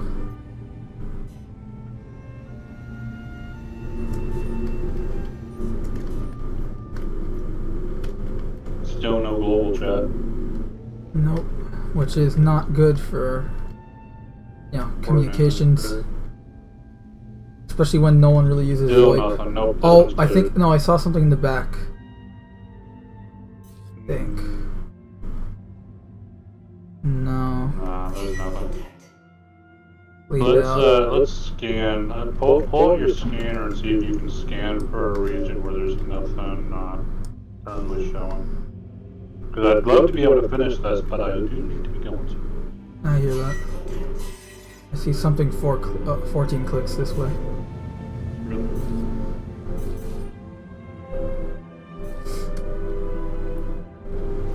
There's also an NPC flying in that direction. Get over there and get ready for a fight. If you want, we can try and just take on Idris. I would say let's try finishing the mission here. We can at least spectate the battle. Wreckage 8 km ahead. Although that might be what we were at earlier, but No, it looks alone. Darker here. yeah.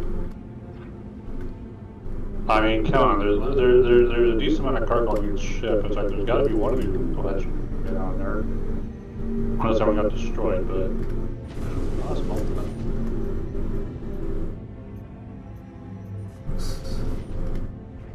Let's see what you got on board. Doors open. Yep.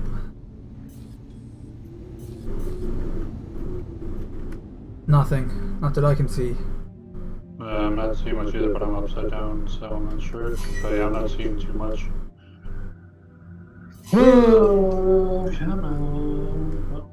Alright, let's check the other one that's right across from here. Wasn't there a second one? Yeah, there was. Below us, right? Yeah. Which orientation are we at?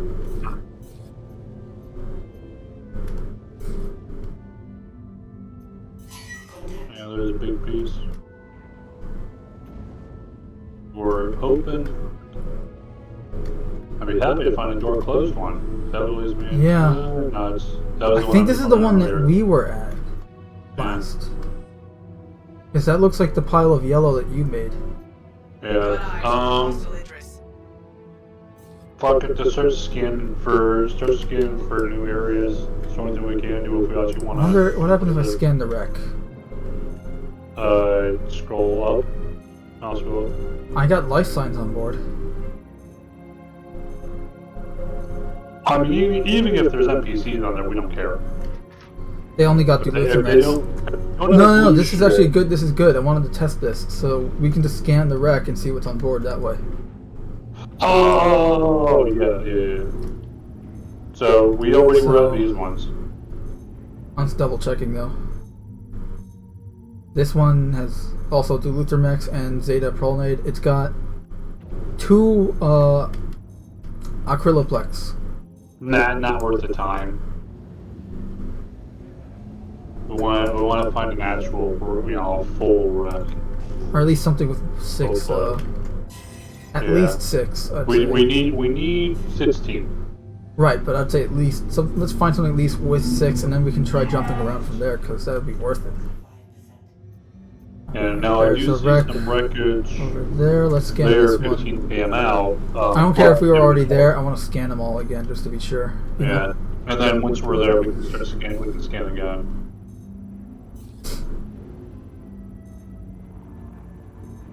We gotta get closer to actually get some cargo details on it.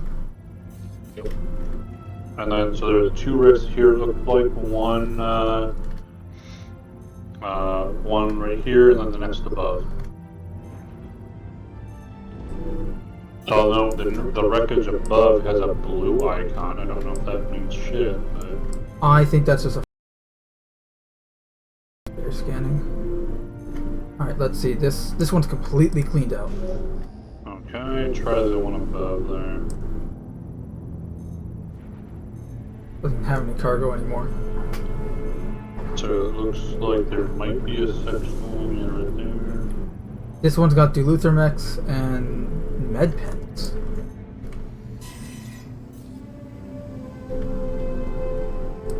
Where are the other ones? That was it, I think, just the 2. There's one over there, near where all those ships are. Well, that's where we just were before. No. We're going like back and forth, I think. No, you see where the red and blue icons are as well? Yeah, that's where we were before, I think. I think we need to find a wreck that no one's been to yet. Well, I found 3 right here. Let's see what these are though. Arrow. Oh, looks like a... Oh, that's a friendly player. Let's see, what's this wreck? We may have scanned this already. We scanned it. Scan this. Yeah, you're right. Right, what about this one? I don't think we may have not scanned this one that everyone else is at.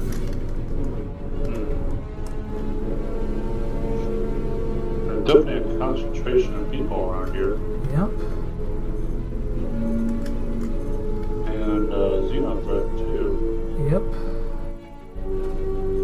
which is interesting because it's got a lot of dilithium and Zeta Prolonite, but there's no acryloplex. So interesting. Oh, well, now we got a bunch of wrecks. Wrecks among wrecks. Might as well lend a helping hand. Careful not to hit the other ships. Yeah. Well, I don't think they care if we hit derelict hulls.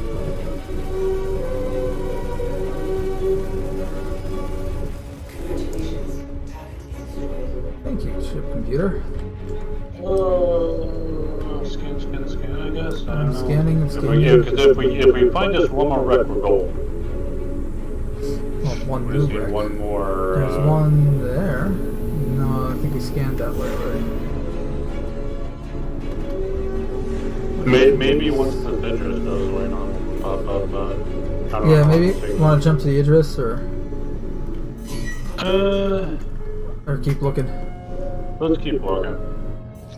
We wouldn't be able to add really that much to the. No, I mean we could take out some of the Cutlass Blacks and watch the fight. Really. Let's see. I think we've already scanned. Yeah, we scanned these. Yes, the fucking general chat would work. But, Seriously, so we can communicate with each other and like mark which wrecks have been. or telling people, hey, look for new wrecks. Yeah, I see.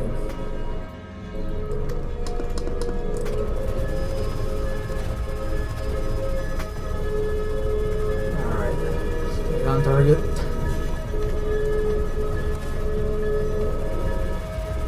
Oh, this is an Arside Mantis. We just gotta get through the shields.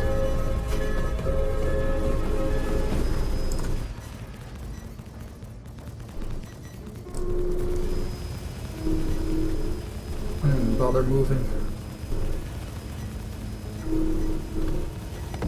There we go. Nice.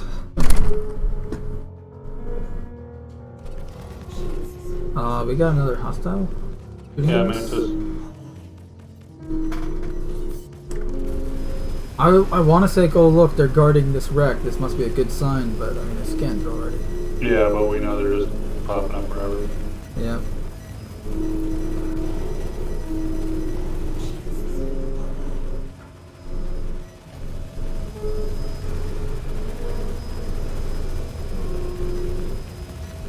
Shit.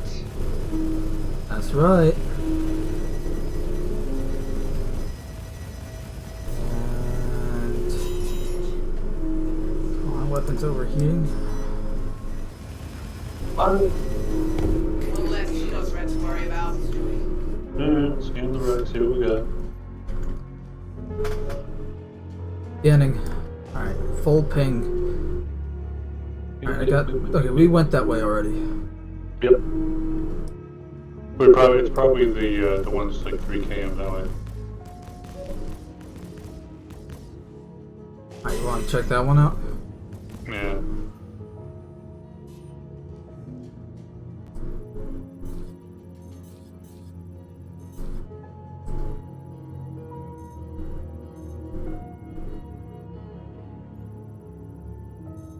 Oh, someone just turned in some. They just turned. Yeah, I see that.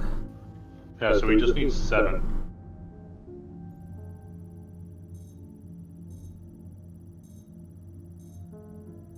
At this point, I'm just thinking, let's just go aboard the wreck and see if we find any that's just not within our field of view.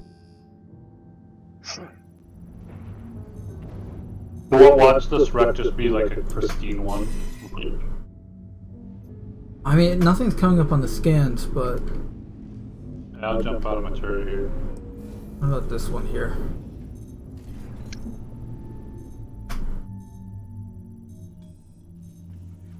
One, 2, 3, 4, 5. I got 7 life signs and some acryloplex. Mine's it.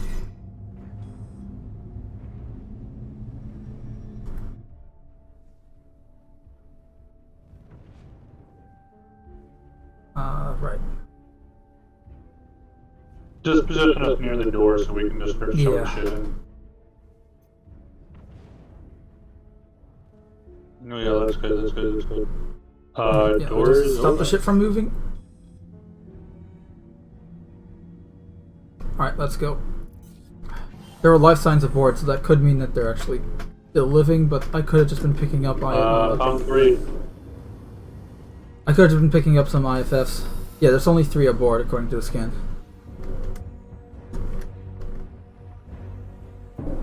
We can still go and turn this shit in. Yeah.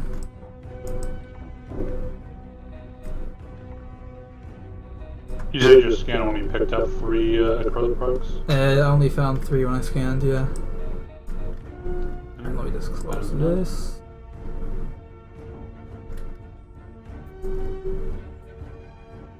And open that last one up. Alright, all yours.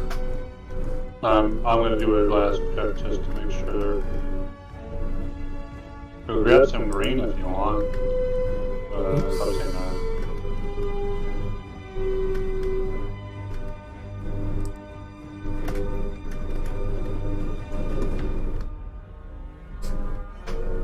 Yeah.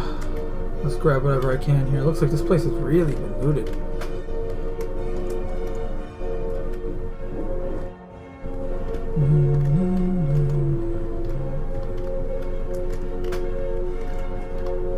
I'm not seeing any green. You? It was in the back left corner, but we can just ignore it. I'd rather get this shit turned in and get us at least creeping closer to. Gotcha, I see it. Oh man, there's a lot of green. Yeah.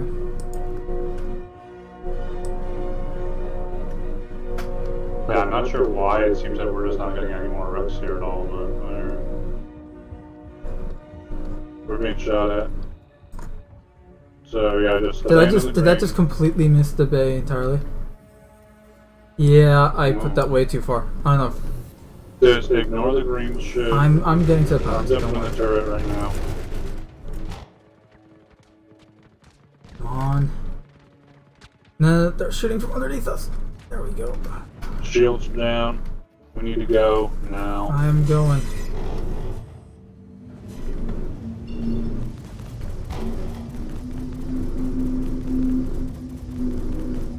Alright, come on.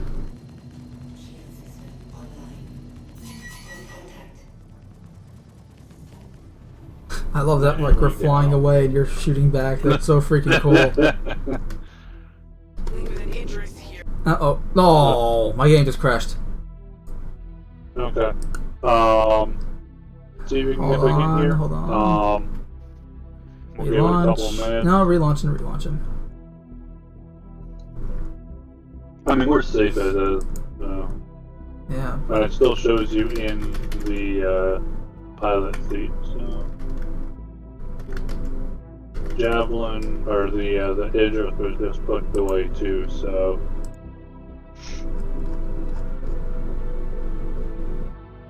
Oh, yeah.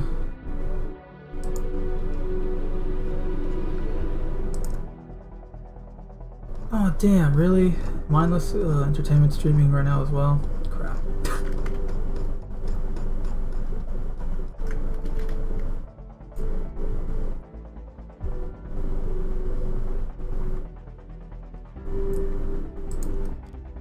Alright, quickly get back into your server. Server's full, but let me join anyways.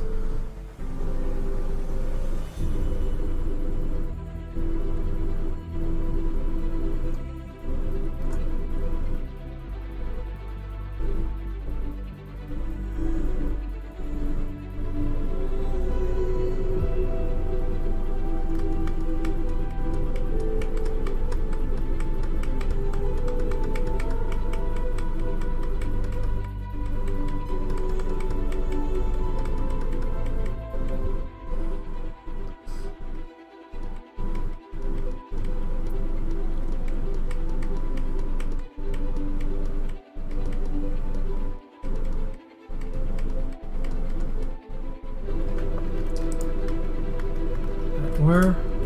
Oh, that is not good. What? Why is nothing going on? Am I in the pilot seat? Yes. Shoot me. You sure? Yes. I can't. That's what I thought. Yeah, where I got a nice view, but I can't move. What? So you're in game but you can't do anything? Look at the stream. I mean, I see your flashlight going on, but I can't. Try hitting you and I. No, you know what I'm saying? I'm not even seeing who I'm supposed to be seeing. Like, the camera's up there. I'm getting, if anything, I'm getting like the co-pilot view instead of the pilot view. And I'm also having the on-foot third-person camera angles.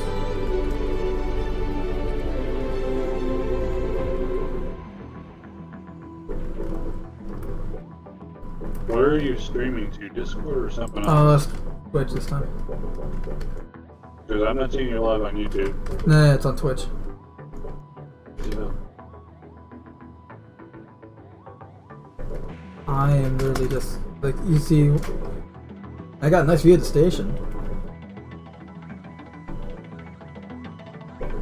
Javelin's still there. And then I get this.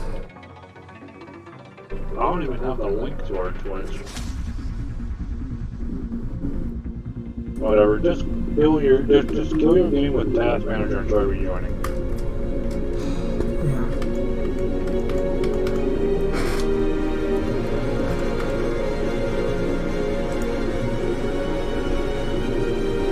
The beauties of alpha testing, right? No, keep it empty. Alright, take over and land.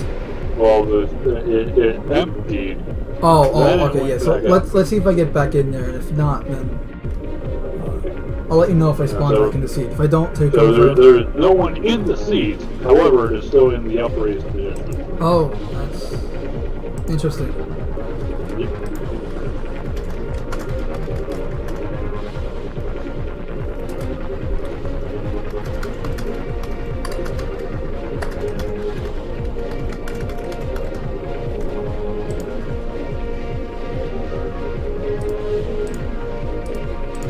Server's full.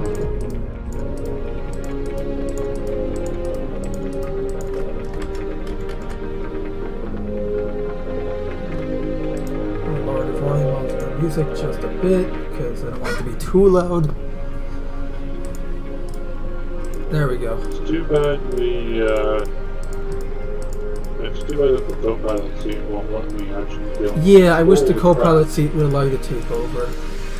It feels like that's what their plan was. Oh yeah, I'd probably eventually, but they won't let me scan or anything. Yeah, unfortunately as it is, I think this server's a bust, because honestly, if no one else has started any of this shit at this point, yeah, we're probably just done. And I can't even join back on the server until 39 out of 40.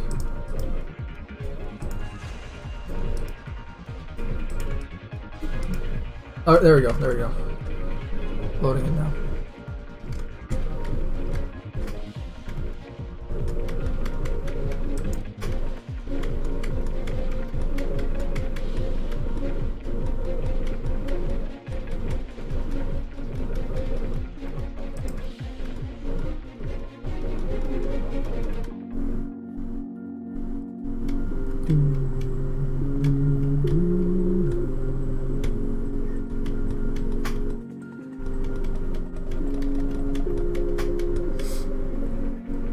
Ooh, I just had a fun idea.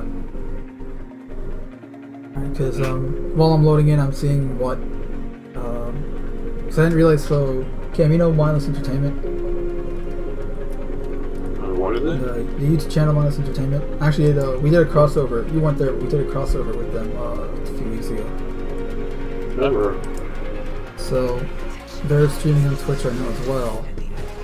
And they're playing Halo 3 multiplayer. That's a fun idea. What if the two of us and the two of them kind of did like a 2v2.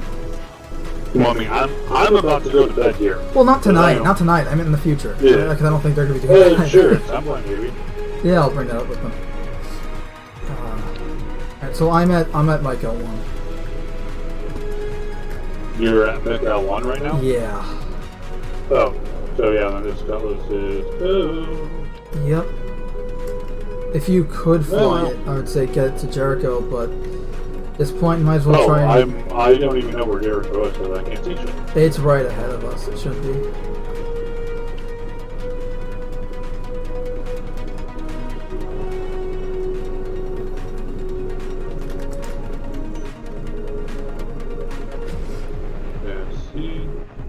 I just jumped out the side of the ship. Jericho is 609 away, so I am in the. I'm still at the wreck sites then, apparently. Oh wow. Yeah, or that's at least where it put me. So considering my food level is going down too, I'm just gonna save that. Yeah. This server is definitely on the fruit. I think I have to accept the mission again. I'm probably just gonna call it tonight. I gotta accept the mission again. Yeah, it's not a bad idea. I'm gonna continue playing, but yeah, I mean, honestly, well, like, as long as there's still defenders, you can probably still keep milking money off of it. But true, which I'm not adverse to doing, especially while I try to get. You know what? Oh crap! I need to claim the Cutlass for this. But you want to try to get that footage now? Or you want to do that tomorrow while we do the... No, that'd have to be tomorrow. It's already past when I should be asleep, but... No, understandable. Yeah, so, and for anyone watching, tomorrow night, Tuesday, February 9th, we're going to get everyone that we can in the Discord server to do this event with us. So... Hopefully there won't be any glitches. like tonight. And that'll probably mean that we'll be actually... I've seen a locate supply ship, so there might be a new supply ship out there if you want to try to find it. Mm-hmm. Because I think after they turned back the Idris the last time, I was thinking it might start spawning new wrecks, maybe. Yeah, so I might try heading back over there if you got, or if you want, I could spawn like my Strawn or something if you want to use it. Where are you? I'm at Miguel. Oh, okay. I just spawned my Pisces, but yeah, if you want to do that. Oh, I would use the Pisces then, because remember, you wouldn't be able to sell the stuff, you'd only be able to transport. Yeah, because I was gonna go pick up the crates that I had there, anyways. You can see it, but I would probably try seeing if you can discover a new wreck. That'd be easiest, and then you just throw that marine boxes in, and then off you go. Oops. I'm literally just giving it a rent to see if that gaming indicator goes all the way up and I can milk out an extra couple credits.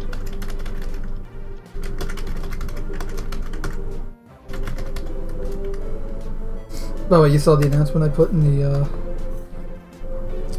Discord server? Yeah. Yeah, awesome. Come on. I think I need new wire for my controller. How's that working out? Oh, the controller wire right now I think is kind of on its ends, you know? It's just like a cheap, it's like a cheap Micro Center wire. Reminds you of those Mad Catz controllers, like they felt great. However, they would die super quick. Well, the controller itself is fine. It's the, I think it's the wire. Yeah, it's usually the wire or something. Because I noticed that like the controller like cuts out, right? Like it's like the light's not on anymore, and I unplug it, plug it back in, and then it works. But then like I think that's the wire problem. The only way to test it actually would be to, because it's an Xbox One controller, to test it on my Xbox One, see if that works. Alright, I am going to jump out here then, so I will talk to you tomorrow. Yep. Catch you then. Alright, so now it is just you and I, chat. Alright, let's scan, let's see if our ship is where we thought we left it. I don't see it.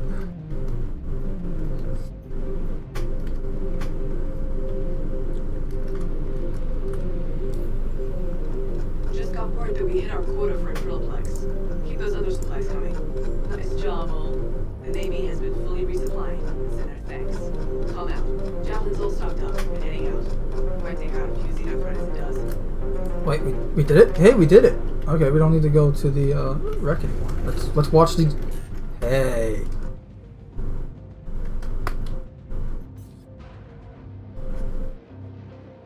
Look at that.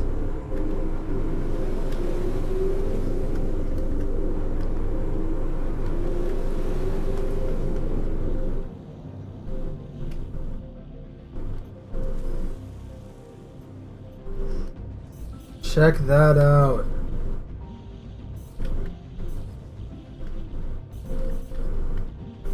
No, I gotta find out what is the name of this specific javelin, if it even has one. Aegis Javelin, pilot, Yukon Jansen, sorry.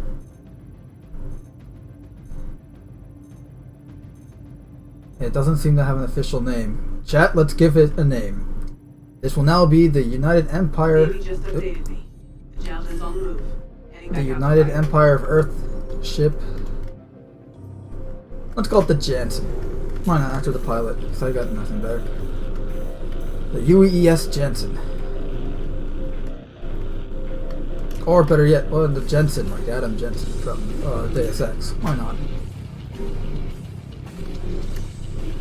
Alright, so there goes the mission. We're done. So the Javelin kind of fucking despawned, which was kind of disappointing, but hey, we got to see it at least leave the dock, which was fucking awesome.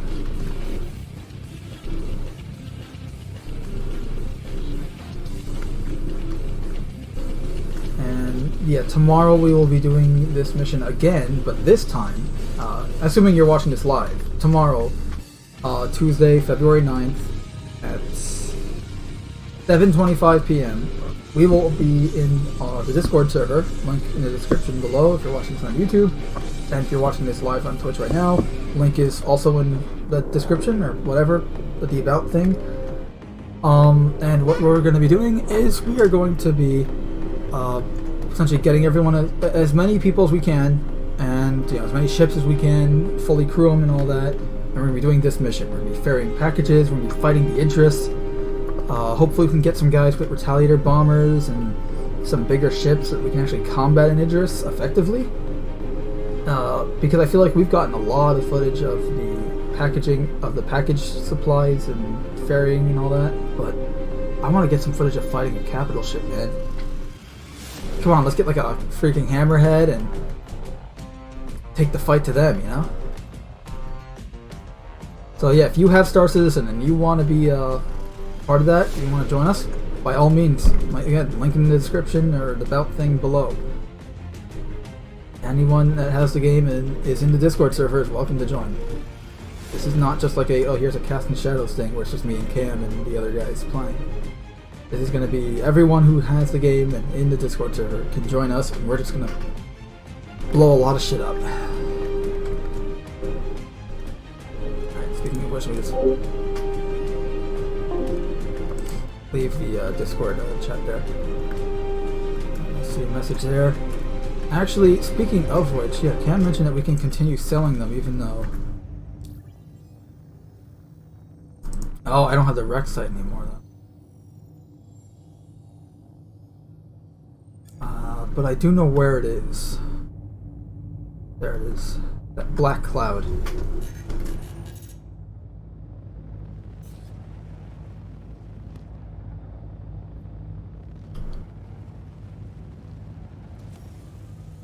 I'm gonna actually see what's going on with the yacht club now.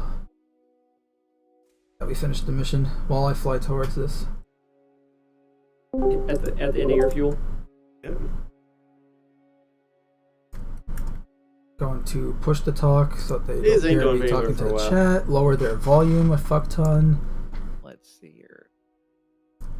Hey guys, can you hear me? Yep, we hear you.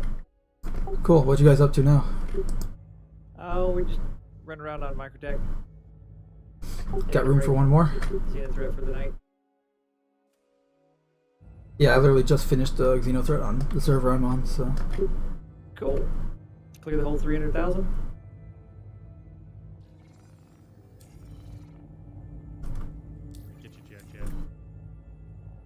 Say again? I want to get you. Whoa, whoa, whoa, rocks. Rocks. Oh no! Well, Right, that's correct. Well, we knew that was going to happen eventually. Strikers. Red's still there. I'm on the Carrot King. It's there. No. But it's respawned because I logged out. Uh-oh. I could file charges against you. Alright, so let's go I'm join not in very the fun friendly. here. We're just I going to won't. exit the main menu. Sorry about that, Mystic. You committed negligent homicide. That was a little bit negligent. Only a little bit. Just a wee bit. Hey, I lasted a long time before we blew up. That's supposed to make me feel good, I'm sure. It is. Very scary 890 right now inside, guys. And I wanted to log out in my Mercury tonight. Well. You want to try flying back and jumping back to us? No. Getting too late. Well, I can bring your Star Runner back to port for you. That way you don't have to claim it. Oh, I ain't worried about claiming it. I got two. Okay, well, please don't claim it because I have cargo on it. He's got mushrooms. I mean, I could fly down and could fly it. Yeah, you can fly down in one of your other ships. I do. Alright. It's like that. Are here, right? Yeah. Yep. Oh wait, I shouldn't log out in my Mercury anyway. Hold on. Oh, yeah, I'm not trusting the bed log out. Sometimes it's working, sometimes it's not, but It's been working for me. Oh, it was Joran's Carrick. Yep. Yeah, mine disappeared. Yeah, too many It's a invisible new rocks out user. here trying to get up that hill. Oops. These are real rocks. Come on. Alrighty. Turn. Alright, just working on some back end stuff for the channel. Sorry about that. Alright. Whoops. Let's try to get back in the server with these guys. Up that hill. Awesome. Alright, I'm loading into your server now. I'll let you know when I need an invite. Okay, yeah, actually, I'm not able to give invites because there's no global chat in our server, and I don't have access to my friends list. Oh, really? Yeah. Oh, because I've had It's been that. a mess tonight. I've had that problem too, where you don't have the global chat, but I still had the friends list, so I had no problem there. Yeah, well, I have my friends list. The problem is that because I've got several hundred people on my friends list, my movie glass freezes up whenever I try to open up my friends list. Ooh. Yeah, I mean, I also have 100, but I haven't had that issue. But I also have like 1,000, like literally almost max friends list. So The 800 or whatever it is now. yeah, something like that. Does your movie glass freeze up too? No, mine doesn't. That's why I'm kind of like, wow, like surprised. Huh, I wonder why that happens to me. I don't know if you guys have heard, but this game is still an alpha. An alpha? What? No. Really, an alpha? Is that why I No put way. the alpha title in all my videos?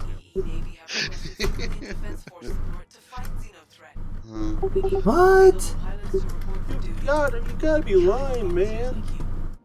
I don't believe you. Never have known that.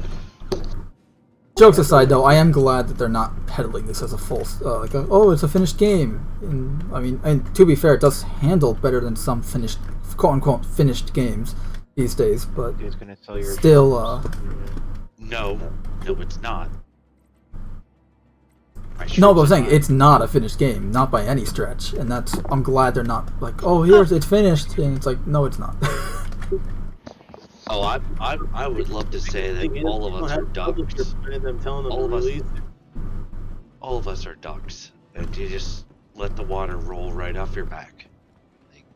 I was wondering where you're going with that whole duck thing. I was gonna say ducks. Like ducks? Like we could get shot a lot? What are we ducks for? Ducks are amazing because they set out in the rain and the water just rolls right off. Welcome. There are no bugs in Star Citizen. Those are just surprise features. That's a good way to look at it. True. Yes. Oh no, last night. We've had dynamic events all this time. Just trying to work around the bugs. That's a dynamic event, right? Well said. Exactly. Well said. Didn't you know that bug number 725876221 was actually this giant event that no one knew about?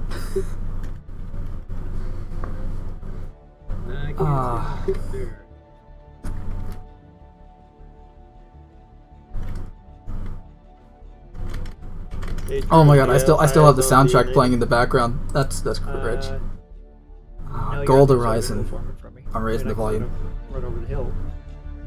Oh yeah, I can see it. Get about 30 seconds. Oh, let me run faster. Running faster. Are you guys just on random location in Microtech? Yeah, we're down from OM5.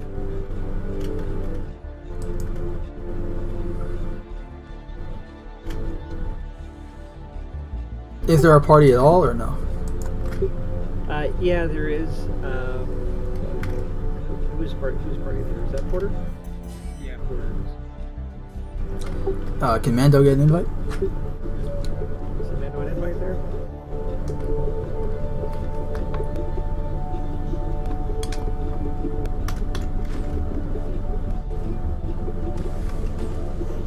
Hey, stay away from the end of there, Skipper. Good night. Nice. Alright. Thank you. Small explosion. We're gonna work around the bug is 65% of the fun. You guys can start since 2016. Yeah, it just creates a lot of emergent gameplay, getting creative and problem solving and learning the workarounds. I like the shot. I like the shot you have right now on the stream because it looks like the Paramount logo way in the back. Oh yeah, it does kind of. With the mountain and everything. Yeah. This experience is definitely not for everyone.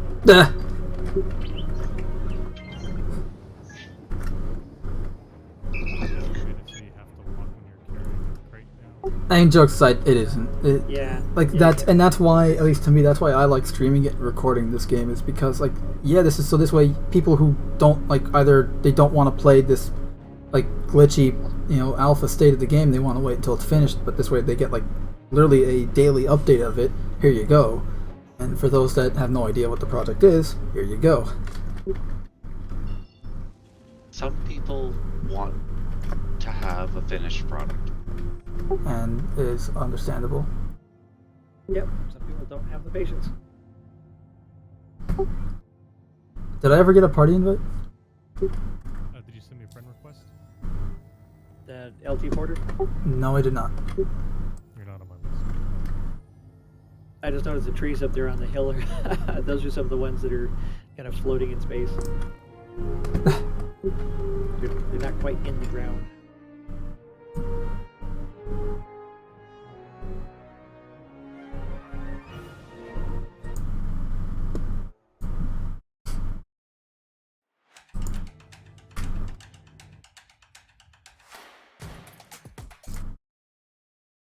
Man, I just got the Pedro Camacho Star Citizen soundtrack in the background. Oh, so good. I'd say, Porter, we might need to go to the admin office. I've got to actually spawn a ship to put this in the cargo. Oh. Alright, tell me this. What is the nearest outpost to your location? And I can scan from there. Everest, probably. Well, wait, it's not an outpost. There's nothing near us. We're Alright. I'm like, Everest, that's on Hurston. Yeah. I thought you guys were on Microtech. It's the space station at Everest. Tressler, I'm sorry. That's Tressler. 34 million kilometers away. My apologies. The closest thing around you is 58 kilometers away. Yeah, a million kilometers. Yeah, that's a problem. I would call that lost in space. One of these days I'll get them right. Just Everest. Although, to be fair, I can't wait until that's actually a thing. Like, what's the closest thing to you? A station 58 million kilometers away. Yeah. We're a long way from anywhere. How much food do you have that last you? About 2 days. Yeah, you're fucked. Might actually be a thing. Like, as Finished product on the as market not diverse. as finished as Star Citizen. Yeah, most everything else out there isn't as fun and interesting and immersive and beautiful as Star Citizen is. I mean, they don't have the spaceships, they don't have the vehicles, the planets, the space, the cities. Alright, I'm at Port Tressler now, but I don't see... It's nighttime here. Sun's starting to go down. I played Cyberpunk, and I realized how spoiled I was with Star Citizen. I already knew full well how spoiled I was. Yeah, I loved the Cyberpunk experience there for a bit, but then kind of started losing interest. And I haven't played in a few weeks. I probably should at some point. I was playing weekly just for my YouTube channel, like I was playing every Tuesday. This week I'm taking a break just for XenoThreat, but also because I kind of want the break. It's not that it's like I don't enjoy it. Cyberpunk is a fun game, and the story and the writing are incredible, but it's not an RPG. Like, first of all, yeah, it doesn't have the replayability of Star Citizen, and it's also like as an RPG, honestly, Outer Worlds is a better RPG in every way, except for the writing, and I don't mean that in a bad way. I really like the world of Cyberpunk. I've been looking forward to it for a long time. I like single player games. I don't really do too many shooters, and I enjoyed it. I got up to like level 35, and I don't know. I'm probably halfway through the story. And I'm still on my first playthrough. At some point, but I'm just not. I'm still on my first playthrough, and I'm at level 49. I'm trying to do everything in the game I possibly can before finishing it, because I'm at that like point of no return, last level. Doing all the side quests. Yeah, the only side quests I'm not doing, and I hate this because of the way the game is programmed, are you have to buy the cars because those count as side quests, and I hate that. Like, it's a job. It's like literally, like, you want to complete the side quest, you have to buy all the cars. That should not count as a side quest. I haven't bought any cars. I haven't bought one. I haven't either, and I don't plan to. It's like really I like the cars I have. What do you need me to do, Porter? Go to the admin office. Copy. That's why I need to restart The Witcher 3 because I missed a lot of side quests on that. Doing all the side stuff. Yeah. Yeah, I didn't finish that one either. But back to my original point was that I still think Star Citizen's a prettier game than Cyberpunk. Finishing. And that's not to say like, oh, Cyberpunk looks like crap. No, Cyberpunk is still a beautiful game. I just think, and I'm, gonna probably make an ass out of myself here, but I'm gonna say objectively, I think Star Citizen is a better looking game. Star Citizen, to me, looks better than any other virtual world out there. And I agree with Jordan. Star Citizen is not a game. It has games within it, but it in itself is not. It's not a game yet. No, it is an alpha. Game elements, but it's just so much more. Right, I think it'd be more accurate to say Star Citizen is a better looking project than Cyberpunk. But once we start getting dozens of star systems, it's going to be really hard to keep track of everything. I still have no fucking clue where you guys are, by the way. Pardon my French. Well, apparently I can't select the part of the woods to sell. Fucked hard. God damn it. Yes, I'm stuck too. The heart of the woods is here. Is it considered an illegal cargo? No, it's not illegal. There's a global chat on this server. But I can't sell it either. So might need to shop it around and find. Iron Claws, I sent you a party invite just so I can have your marker. Checking my mobile glass. But we know what it's called. It's the Heart of the Woods. Oh, I do not. Yeah, I don't know.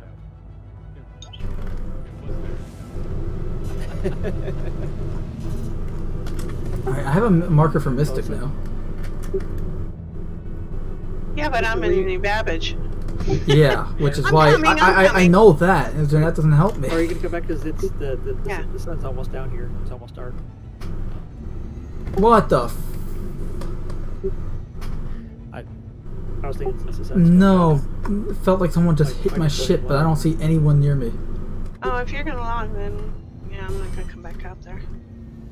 Oh, there's Yeah, I see Starlet. Just went over the horizon. It's starting to get dark. I wonder if we have to go sell it at a resource code. This is a resource code. Just over the horizon. Dude, it's like a 2,000 diameter horizon. I would consider them like a luxury good, like a truffle, where we need to take it to like high end. Take it to a restaurant to sell. Right. Maybe.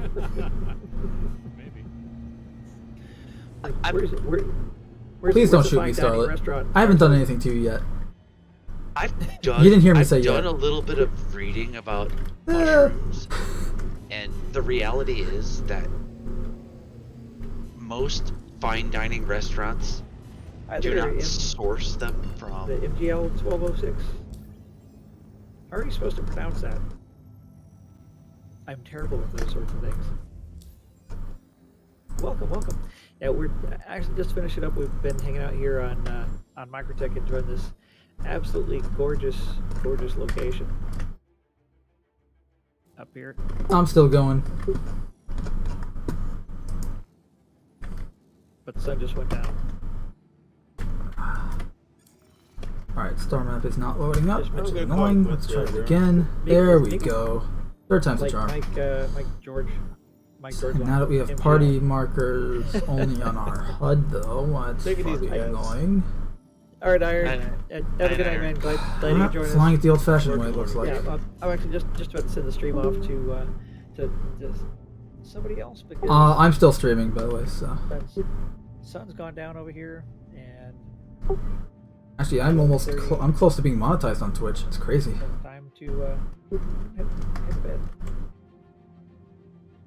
Yeah, I don't see a kiosk here, Chad. I don't see one either.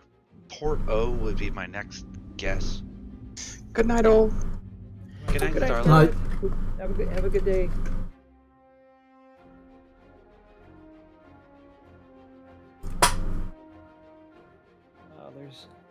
There's Henkin doing some stuff. Yeah, I don't know where to take these. Well, then I don't know how realistic they're trying to play these. Play what? Fungi? I think there's supposed to be some place that you're supposed to be able to sell them, but I don't know. Would it be maybe the trade and development terminals?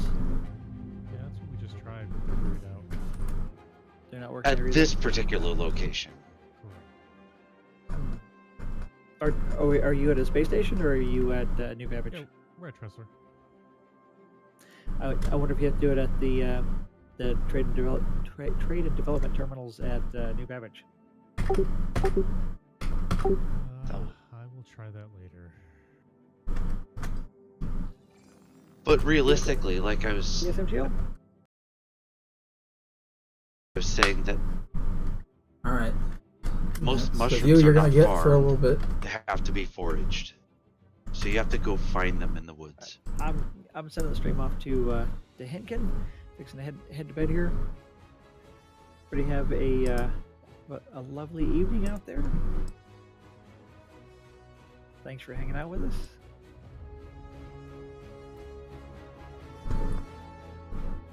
Stream is set off.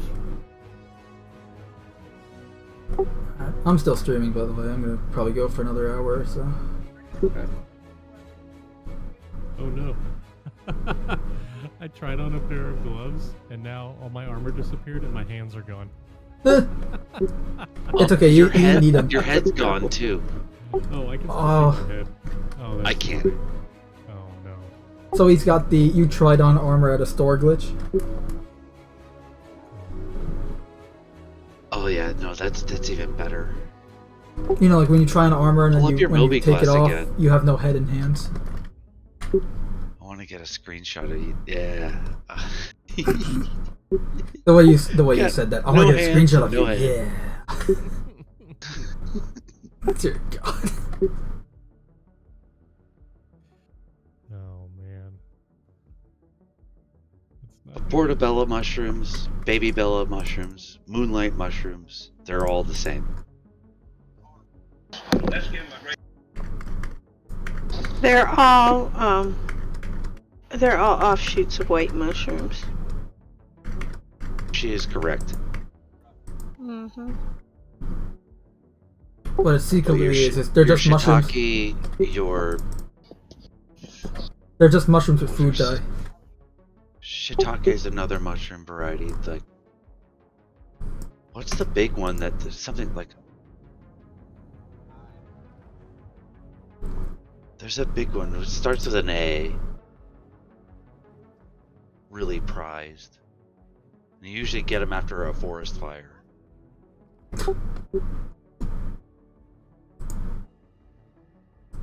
Yeah, mushrooms are one of the first things to grow back after a forest fire. Right? And because that's when the spores come up and they spread. No, and it doesn't take mushrooms as long to mature and actually produce the mushrooms. They grow faster. Well, you know that, like, the part that we see is just the fruit. Hmm. My cousin used to work in what they call in Pennsylvania, they call them mushroom mines. They're underground places where all they do is grow mushrooms for commercial use. Yeah, those are cool. I've seen some YouTube videos about those. Kind of neat how they do it. I'm not even gonna ask. Are they doing what? Moonlight mushrooms? They can't like hear the me right white now because I'm not supposed to talk. But like, why They you do work? No, all different I varieties. guess everyone has their own Depends kinks. on where it is. Yep, every different kind. Yeah. I have My a hobby kid- of watching gun videos. That's just me. The only reason I remember that my cousin used to work in one is he was in senior year of high school or something like that, and my aunt is deathly allergic to mushrooms, and yet her son worked in a mushroom mine. She couldn't touch his clothes to wash them. He had to wash his own clothes. But that's the only reason I remember. I've never heard of these mushroom mines. I know that fungi are very difficult to cultivate on a mass scale.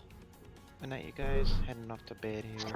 Good night, Night, Steve. Steve. Night, everybody. Night, Night, Porter. Porter. Night as well. I didn't catch that. All right, broke through the atmosphere. Good night. Not crash land this time. Striker, I'm heading to your position, wherever the hell you are. Oh, I'm headed into space. And they've been trying Raise its volume. to grow truffles. And there's something about hazelnuts. Like if you plant a hazelnut tree, the truffle might grow next to a hazelnut tree. I don't know. Yeah, they're Keyboard broke. really difficult. That's why they're so valuable. Need a new keyboard, need new controller wire. Streaming on a budget, man. Fucking sucks, but still fun.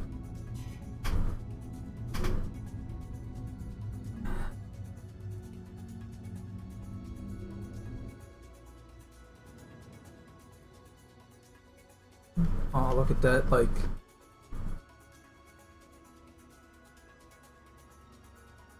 sunset light hitting our ship like that. Oh, fuck it.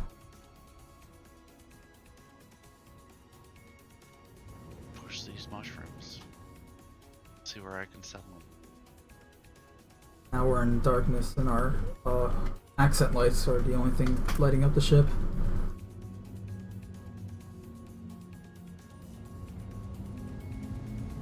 It is dark out here. Yes, it is very dark.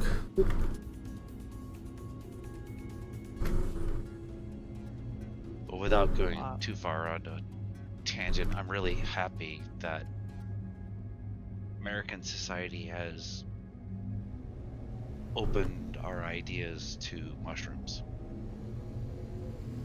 And we're working towards making them less federally criminal. Then we might actually get some value out of them. That was a really nice location. Was. That was from OM5? And Striker's marker just disappeared, so I have no fucking clue what's going now. Yeah, I posted a picture into multi-server chat, circled the location for folks to be able to find it. Checking now. Yeah, it doesn't help when it's nighttime though. Yeah. A little difficult at nighttime. Still thinking we should build a library of locations. Yep. I have quite a few set up, but these days most of the Oh no, my thirst is going down. I'll have to drink something. valleys like that. But they come and go between patches too. Yeah, the 3.12 expanded the pretty valleys pretty much almost everywhere. Looks like we're over That snow. particular area that Mystic found was really unique. Well, that's how I discovered that spot that we were at tonight. Was a week before the last patch dropped. I had gone up to OM, and I didn't really want to have anything to do with it, so I went flying out on my own, and I went to OM5, and there was something in the shape of an M. And I'm like, oh, that's perfect. That, I guess that's a clue I should go down there. M for Mystical. But when the patch hit, it changed. The M isn't there anymore. Yeah, because they're constantly updating the graphics of everything, so it's gonna look You're speaking, better. You're but speaking also, like a true explorer. You're just like, I'm gonna go that way. Yep, that's what we do. Well, whatever your reasoning. It was kind of unusual for an intermediate patch to change terrain, though. We don't usually see that. well, 3.12 was introducing new graphical updates to planets. They probably only put some of them in, and 3.12.1 put more of them in, for all we know.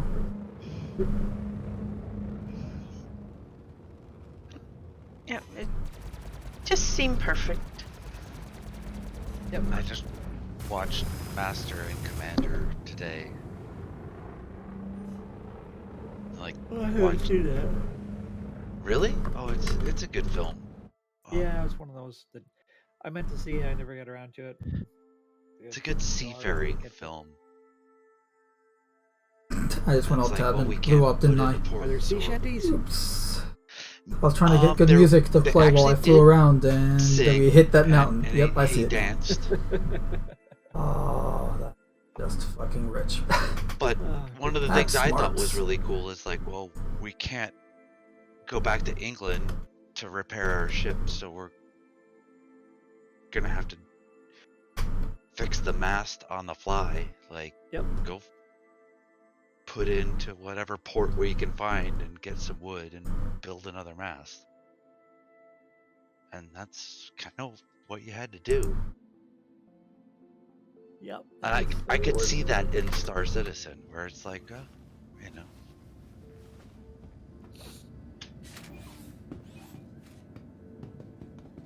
Alright, y'all, I am gonna head to bed.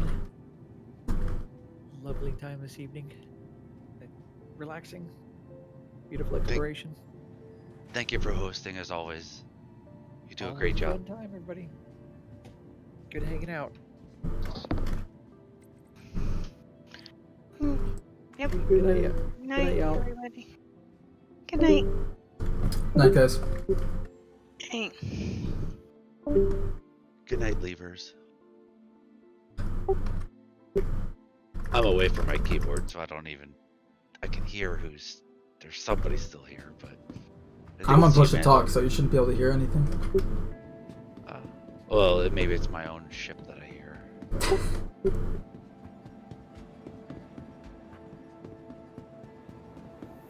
How long have you been a backer of the project?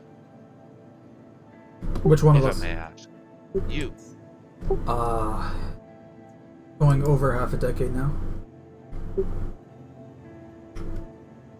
So, 2000. 6 years. Okay.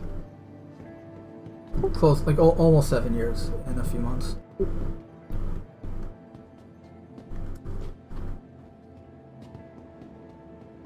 And I only ask that to... No, I don't care. Not like a... I only ask it to gauge, like, do you know the hangar module? Yes. Like, that was all we had. Yeah, I know. Dude, I've been following this game well before I became a backer, and that's when I decided to become a backer earlier on. I wanted to see this. I wanted to see it kind of come to being myself, like, step by step, in person.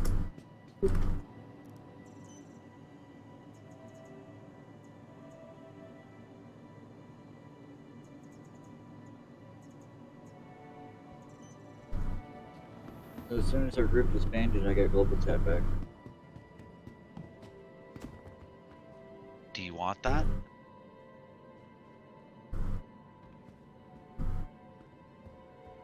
Or were you better off without it? I guess that's what I'm saying.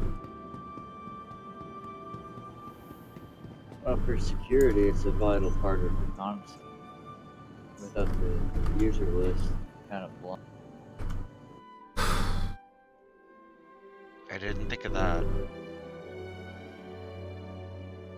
Fitopair, Delira, Thikar, and Twitch details, really. That's one of the viewers in my chat right now. So as security, anyway, you're basically thank you guys so much for tuning in and watching. I really do appreciate it. And yeah, as I said before, we're literally just an average of 3 viewers away from being monetized. We have everything else done. So I'm going to be streaming I'll try to be streaming every day of the week until we get there. So expect like very short, maybe 1 hour streams here and there. But I will still try to, I'll actually still be providing content in those hours. It just, I probably, at most won't even be able to do an hour, probably 40 minutes, but still. Better than nothing, I suppose.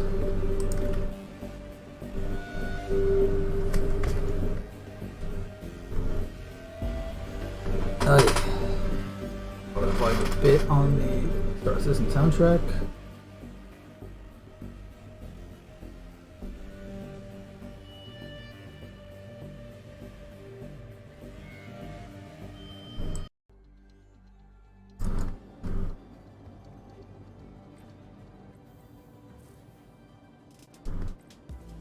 Alright, pad 01.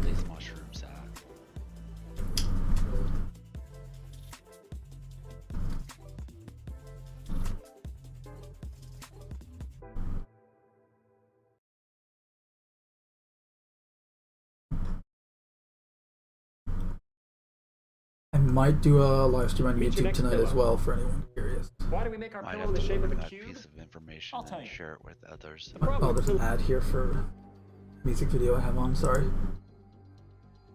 Let's see.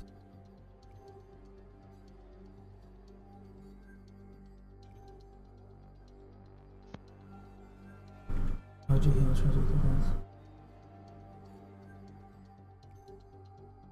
Oh, I'm totally gonna have to reply to these comments later, but I want full attention to them. But yeah, I'm just looking at comments while the elevator was loading. I apologize. I run 3 different YouTube channels and a Twitch channel and a Flickr and a eBay store and a Teespring store, and I got a lot of stuff too, okay? And I run my own Star Citizen org and like 17 different Discord servers, and I'm helping other people with their Discord servers, which, by the way, if you have a Discord server and need help, please contact me. My Discord is in the description, as always. And also, if you want logo and art commissions, like you want a poster, you want a logo, you want some random art, you need concept art done for something, hire me, please. Like, I'm begging you, please hire me. I need the money, and I do commission artwork, so... Actually, I need to finish Vigilante Williamson's logo. And assuming Mary Mayhem gets back to me, I need to finish her logo too. And why aren't we taking off? There we go.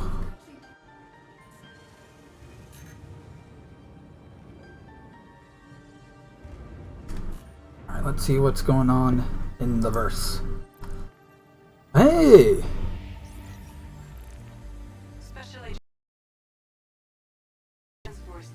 The Defense Force is glad to have you. More like they're lucky. Actually, they're unlucky. I'm probably gonna make things worse. Alright, well, this will be an interesting way of just making easy money, doing the mission again. This time, I'm kind of just gonna be a spectator. Just show off the Idris Javelin battle when I can. I will do some cargo running, but...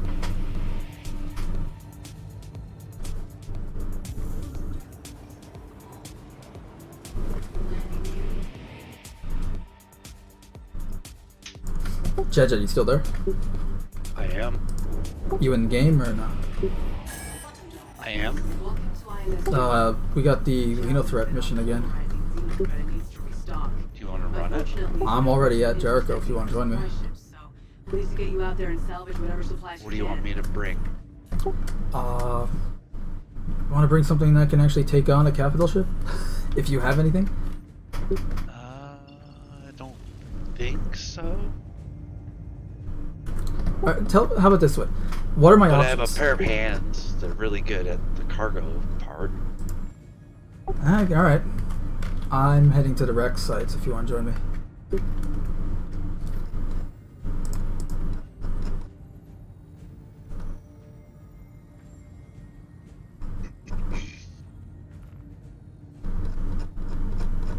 guess I can change out my armor.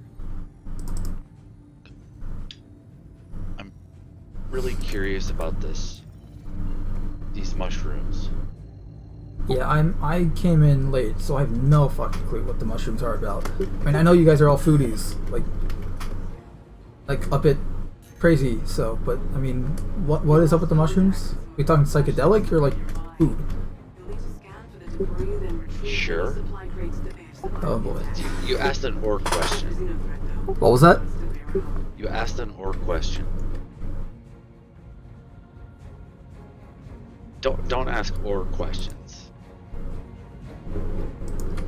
Any specific reason, or?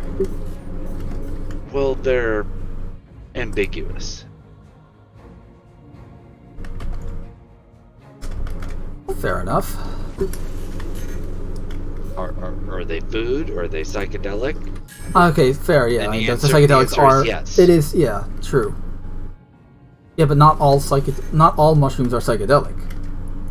Well, and this is just a pet peeve of mine, and the way I think, because I have a degree in computer programming, and when you ask an or question, either answer can be right or both can be right. Right, I realized that when I asked it, like, you know, they're both, yeah, psychedelic is an edible mushroom, but I mean, but not all mushrooms are psychedelic, so. So right, put an exclusion into your question. Gotcha. And honestly, right now we don't know. We just know that these things exist. We don't know what their value is. Interesting. I assume they're real world mushrooms and not like some weird in-game thing. they're in-game mushrooms that you can find on stumps off of trees, and we don't know where to sell them. And we And you don't can know actually what pick them. Yeah. It's another, like, hand... Harvestable? Yes. I didn't realize those were in game yet. I thought it was just exclusively mining harvestables right now. Well, there's like the beast guano or whatever. There's like turds and something else. Right, yeah, and they're like the pine cone looking one on the caves. Yeah, and I've just heard about these mushrooms today. This is the first I'm hearing about it too, so. Right? And I'm like, oh, I don't want to lose them. But I'm like, oh, okay, if I change out my chest armor, if I put all my mushrooms in my chest armor and change out my chest armor... It should persist in that chest armor. Yes. Now Where did you find them, Microtech? Yeah. There's a certain tree, and we've been posting screenshots in the screenshot channel on Discord. Alright, I'll have to check that out when once I'm parked. Coming across a wreck right now. Doors open. But I'm not seeing anything inside. Check my armor and I'll come help you. Scanning.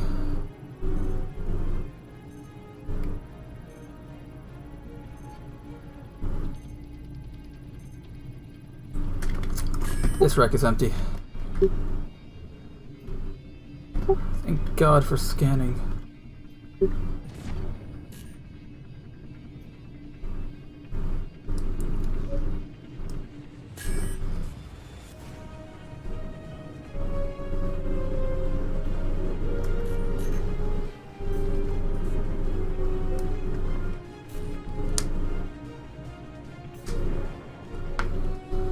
When do you think they'll do the phase 3 of the mission?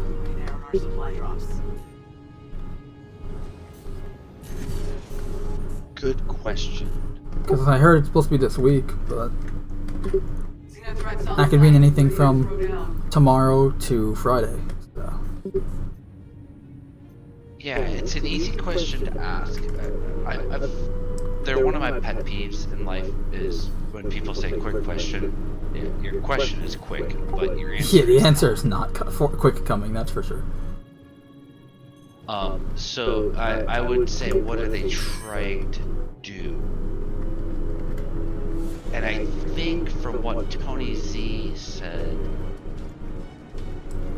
Well, I just asked, what do you think? I didn't say, like, oh, do you know, or whatever. No, I don't know. Yeah. That's the TLDR, I don't know. Yeah, neither do I, that's why I'm asking. And what Tony Z was saying, and the way Tony Z, he's thinking on a larger economic scale. Like... The dude, yeah, dude's literally thinking on a universal scale, so... And that... Come on, let's get some of those XenoThreat punks off that javelin. The ship doesn't just need 120 Zeta whatevers. Right. It doesn't need X amount of the other thing, or the Y amount of the other thing. There's a combined effort. And that's what he's trying to do, is to try to tie these instances together so that, like, yes, one server fulfills the requirements and another server fulfills the requirements, and the ultimate goal is that it needs like 2,000 Zeta brolamide or whatever, and that's what I think they're trying to do, is to try to tie these things together. So it's not just like one server completes the mission and everything moves forward. No, we want to tie all these instances together. So one server completed it, the other did not. And how do we affect like the progression of phase 1, phase 2, phase 3. Well, phase 1 was just the announcement, wasn't it? Like that little video of people of Stanton. We are here to make your lives more miserable. Okay, call that phase 1. Then phase 2 is the next thing. Phase 3. Like what we're doing right now is phase 2, I think. Yeah. Honestly, I don't care what you call them, but the fact is, like, we're in an accumulation scenario right now, and do we accumulate enough for the verse, or do we just accumulate enough for our server? And that's the idea of instancing games. Do you understand that concept? Yeah. And how they want to, what's it, iCache and server meshing? Yep. So you might have people in different instances, but yet still affecting the same global outcome. Oh yeah, overall it adds up, and because right now we're not all on the same instance, but they're doing they have to bridge those instances together at the moment. Yeah, now you're getting into it. Now you're getting it. Like, no, I know, because again, what they're trying to do has not been done before. Yep, that's for sure. And to bridge the gap and to tie those things together has not been done before. It's easy to say, oh, boom, instance spawned, event happened, results are derived, and we conclude it. We don't conclude the event on another instance from this one. It's all contained on a server, and that's where they're trying to mesh the things together and say, no, you got 120 zeta brolamide. That's not what the Javelin needs. It needs 2,000 or it needs 5,000, and we need to have that happen across multiple instances and tie those events together. That's not been done before.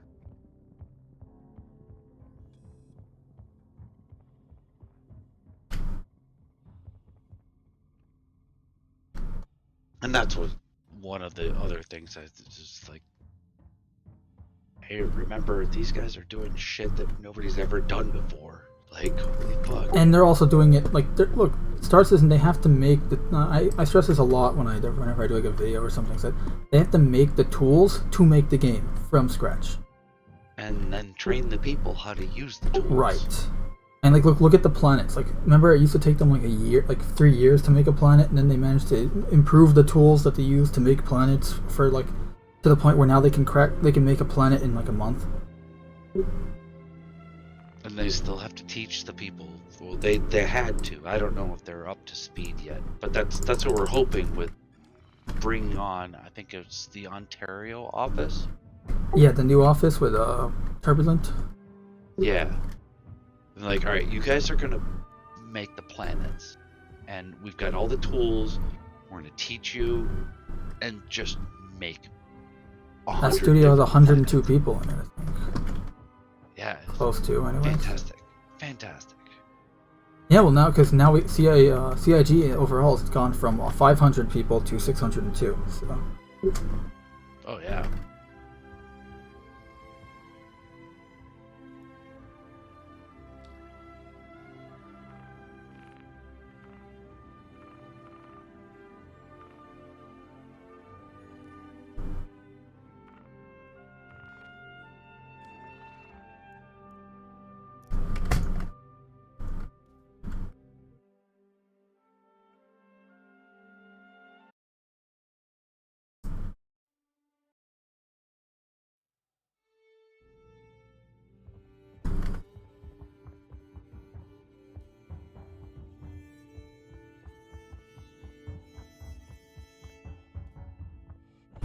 All right, this wreck is secure. It has a fuck ton of cargo on it.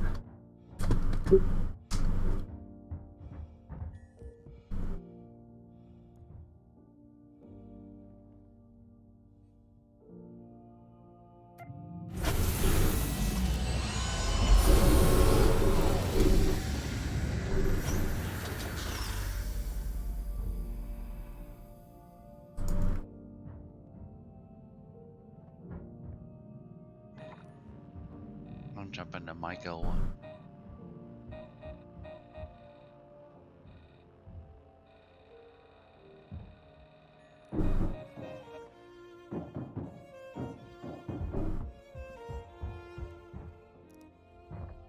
I got Symphony in Motion in the background right now.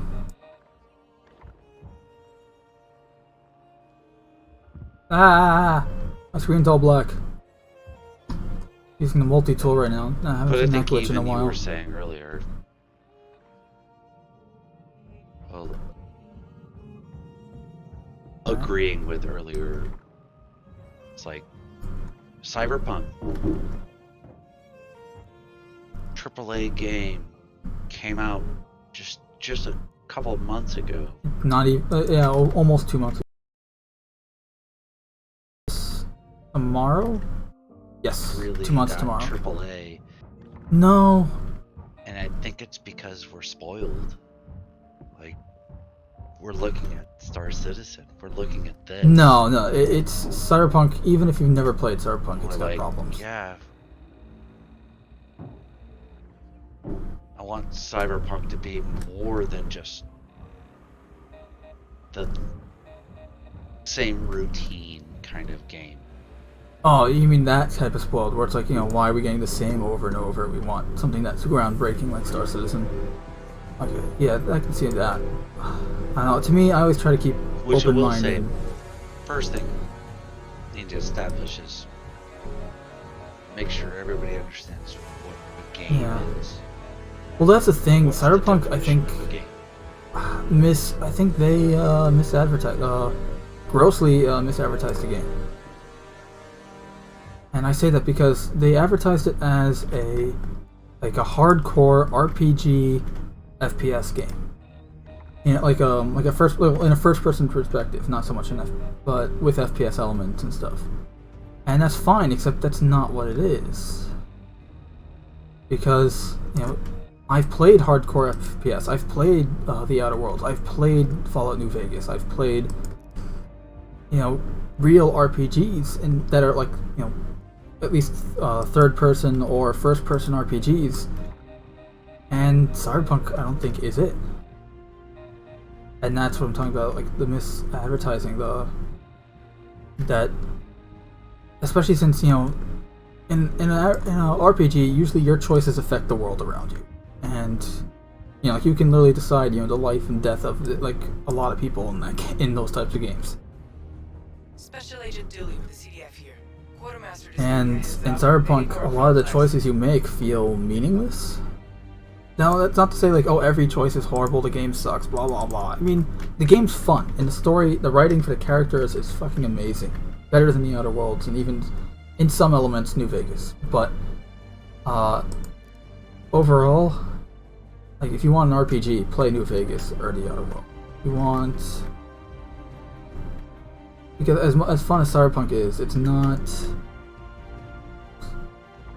It's missing a lot of that RPG elements. Like, for instance, okay, factions and a reputation system. Star Citizen will have that. They're working on it. The first iteration of it came out already in this patch. So you keep doing missions for, say, Crusader Security, they'll keep giving you better and more missions, and then you go from there. And it goes the same thing with, like, gangs. You know, you work with Ninetales, keep doing some missions for Ninetales, and they'll keep giving you work and missions, and better paying, and better missions, and more fun. And in Cyberpunk, I remember thinking, okay, you know, with the gang, like, they made such an emphasis on the gangs and how, like, each gang hates each other and all that. I'm like, okay, cool. So I'll be able to, like, I'll work for this gang, or rather, I'll kill this gang so that this other gang loves me because they hate that gang. and all it did was just make me get max street cred in an early level. Like, it didn't actually do anything, because there is no reputation system. So for me, Cyberpunk isn't a bad game because I'm spoiled with Star Citizen and everything it's doing. For me, it's a bad game because they did not deliver on what was promised, and the game just doesn't run well, period. Like, even on my monster PC, it doesn't run well. I mean, it runs fine. Like, the frame rate, I've rarely had a frame rate drop, only twice in my 2 months of playing. I've only had like 2 crashes in the 2 months of playing, but you know, I've had tons of bugs that shouldn't be there in a game that's had, you know, that said it went gold like 7 months before it, or 7 months, 3 months before it actually came out. Like, that means it's polished and everything. Why does it still feel like I'm playing a beta? Fun one, but still a beta, nonetheless. Or at the very least a demo that comes out or something like it.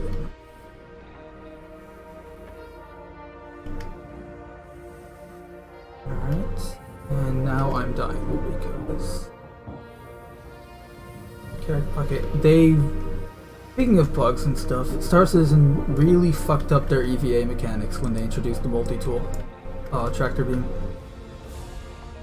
Because EVA used to be fucking fun. Now it's a chore and a pain, and I want to avoid doing it.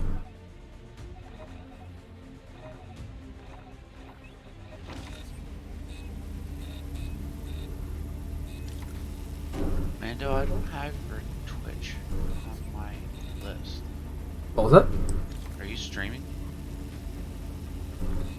I am.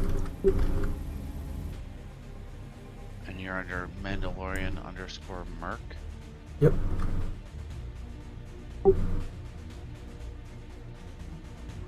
I'm switching to voice activity so that I don't have to worry about hitting the button. Alright.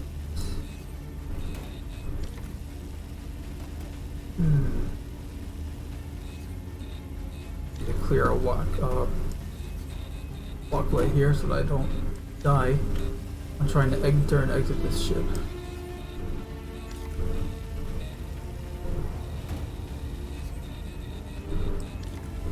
And that green thing just disappeared. Oh, whoa, whoa, whoa, whoa. Easy explosives.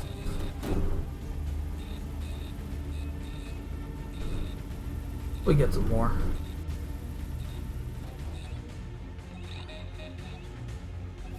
Ow! What was that?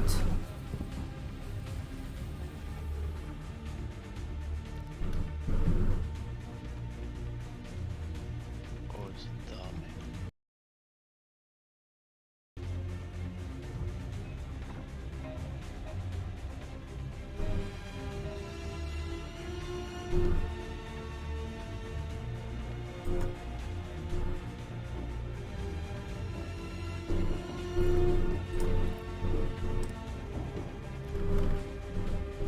I just opened the wrong thing.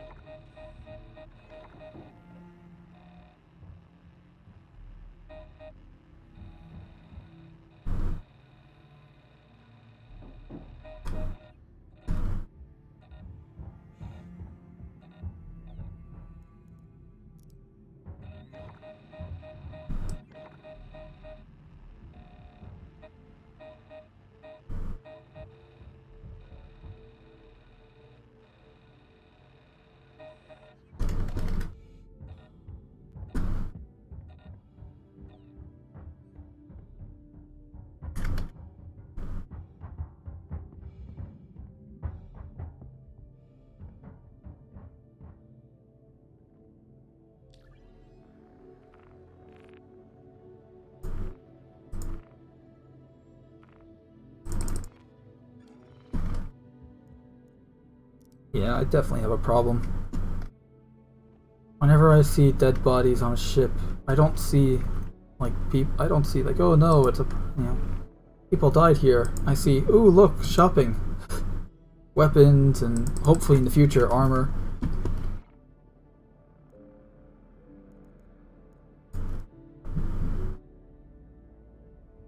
Salvage rat. What was that?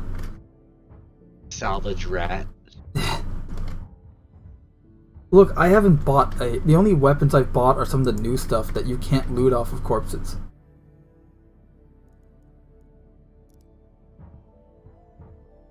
I have over 300, I'm close to 400 P8-SC SMGs.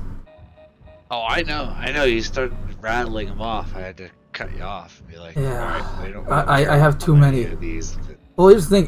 Here's the thing. It started out with like, okay, I'm gonna loot these for my org, so that this way, whenever we do events and stuff, I have weapons for everyone. No one has to worry about, oh, I don't have a weapon, or I lost all my weapons because we were killing each other on Hurston and they despawned or something. You know, like this way I can go, no problem. Here's a weapon. And it actually has worked. You know, like every time we do some mission, even if it's not an event, like, you know, guy needs a weapon. Okay, here you go. You got SMGs, assault rifles. What do you need? And now with this mission, a lot of these NPCs have like Demico LMGs on them. I know some have what was it, the energy assault rifle, the Gallant. So now I'm getting quite the variety of an arsenal. I just can't wait until actually like black market and stuff so I can sell this shit. Like say, oh, you know what? I don't feel like having 300. I feel like having 200 and just selling 100 of them to a shop or something.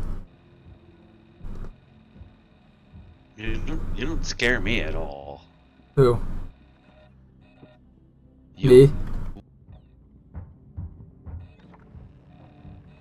So I've come to realize that I like farm. No, you're cutting in and out. And it's taking resources from them, right? And that's what you're doing. Whether you realize it or not, you're like, oh, there's a gun on the ground. I'm just gonna pick it up and add to, and not have to spend to get one. It's also just that I guess it's part of like a real life thing because I'm kind of broke, so I kind of have to make do with whatever I have, and that's kind of the same mentality here. So I'm like, oh, I need a gun. There's a gun on the floor here next to this corpse. Might as well use it. He's not. You're literally farming. Like you see it right there on the ground and you take it. Like, does that mean I can start singing the Who song now I'm a farmer? Well, that's up to you. However you want to define yourself. Right. That is farming in my mind. Which I don't care. You're allowed to see it however you want. Farming is the fundamental mechanic of all of our economies. Yeah. I would have to agree with you there, actually. Everything comes from the ground. Yeah, I mean, mining is a form of farming. And at that point, once you start understanding, mining is a form of farming, just like drilling for oil is a form of farm. I wouldn't consider it agriculture, but it is definitely still farming. Well, you're harvesting from the land. Right. And then you start to realize that land ownership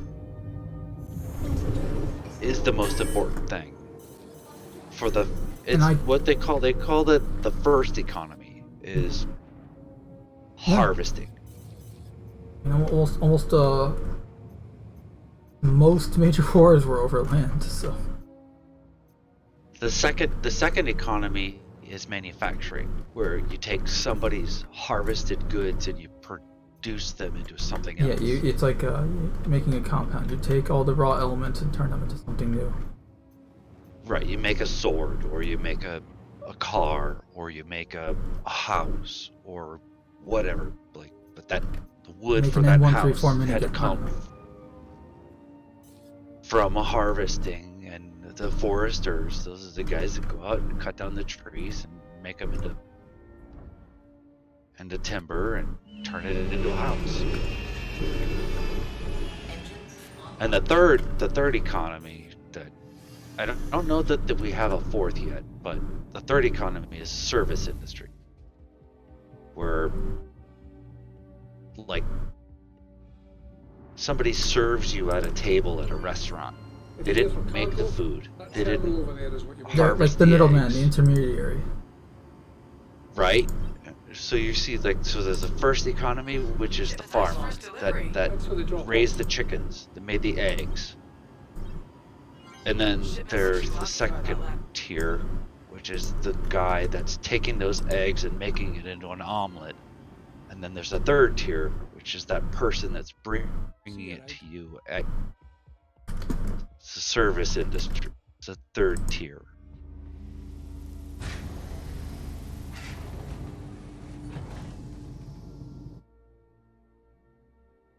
And I don't spite any one of those. I just look at it and I see what's happening. I mean, it doesn't sound like you spite any of the industry. You're just categorizing it. That's all I see. Right? And that honestly, in some ways, it's a good thing. It honestly, to me, you're allowed to categorize and everything. There's nothing wrong with that. It's helpful for organizational purposes and knowledge as well. But like, I know some people, for instance, like the whole generation thing. Like, this ongoing debate about like generations, like Gen Z versus Gen X and all this. And to me, that type of categorization is harmful because it. Well, you're generalizing people. Yeah, that's why. It's like you're generalizing people and where they came from. Like, and you're not just generalizing people. You're generalizing a specific part of people that they can't control. They're literally, that they have nothing to do with it. They don't choose when they're born. And correct. The thing is, when you do that, it's like now you're judging them based on like that generation as a whole. Like, okay, say a lot of people you've met from for argument's sake. You jumped a gap. You jumped a gap between generalizing and judging. That's different. It is, but it isn't, and I don't mean that in, like, I don't do it. I hate that other people do though. That's like, to me, it's like what difference does it make if a guy? Where you're going for is like, don't pigeonhole me into being this way because everybody else in my generation does it this way. That's the idea of passing a judgment based on a generalization, and that's where I'm with you. Like to me, why does it matter if okay, this guy's 40 and that guy's 20? Why does it matter? You judge people by an individual, by who they are, not by who they're. But judge them by their actions. Yeah, exactly. Well, that's part of judging as an individual. What did they do? Who are they? Right? Do they say these things? Do they do these things? Like, well, I might categorize you and say, yeah, you're just a millennial or you're just a Gen Zer, but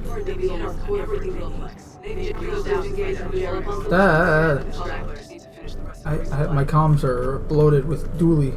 Yeah, I hear it. But it's like I don't pass judgment on the person. I pass judgment on a person based on what that person does. And that's what you. And I'm very cognizant of that idea, and I'm because you have to. There's two things I think you need to do whenever you're meeting someone new, like someone you've never met before. It says, treat how you want to be treated, which is something you should always do no matter what. But also, you have to treat them as an individual and not like, oh, this person is a Gen Zer, so they're probably going to be real like, oh, they're on their phone all the time and this and that, whatever it is that Gen Zs are kind of known for. I really don't know, don't care. Well, okay, so here, let me make it a little easier for you. If they're the kind of person that tends to violence, like you can judge them and be like, okay, I need to be careful with this person because they might get violent. Okay. Like, and that's the whole summarizing of people, and just be like, all right, well, is he that way? I don't know. Or is she that way? I don't know. But I'm going to be cautious because this is my generalization of that type of person, that they're potentially not always a threat, but they are potentially a threat. And that's the kind of thing that you, with life experiences. Yeah, like that. That's you that's encounter people. That's being. I think to me, that's being cautious and then prejudging. I think is what we're arguing here. It's like you're judging before you've met the person based on prejudice. Prejudice is a dirty word. It's a dirty an accurate word, one. But it's something that we do all the time. I was gonna say, but it's an accurate one. That, just because it's dirty doesn't make it not true. Right. And sometimes, sometimes like, we're human. Point, it keeps you safe. Look, we're human. We make mistakes. Everyone does something that they don't want to do. But at the same time, that's why you always got to be mindful, and you always got to think before you act. And sometimes I know you can't always do that because, again, we're human beings. We get distracted, or something happens, or whatever. But that's why you always got to put effort. We call those edge cases. There's always an edge case. There's always a thing that's a little different than the others, than the norm, if norm even exists. But normalizing keeps you safe to a certain.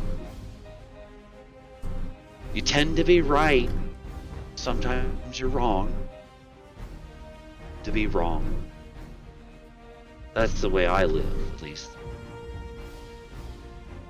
But somebody that's coming at me with a cudgel, I'm gonna consider them a threat. Yeah. That might be just a guy that trying to thump a tire on a truck. But and he look, looks like and that's another thing is that's why I say we have to treat each other like individuals, because you have no idea what that person's experience, like life experience, was.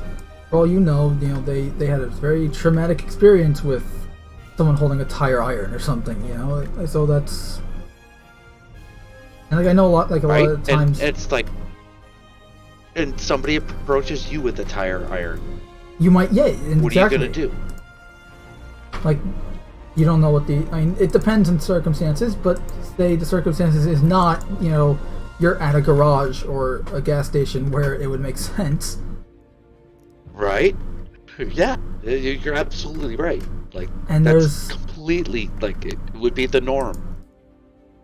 And then here's another thing too, is that, like, what was I gonna say? Okay, so, if you...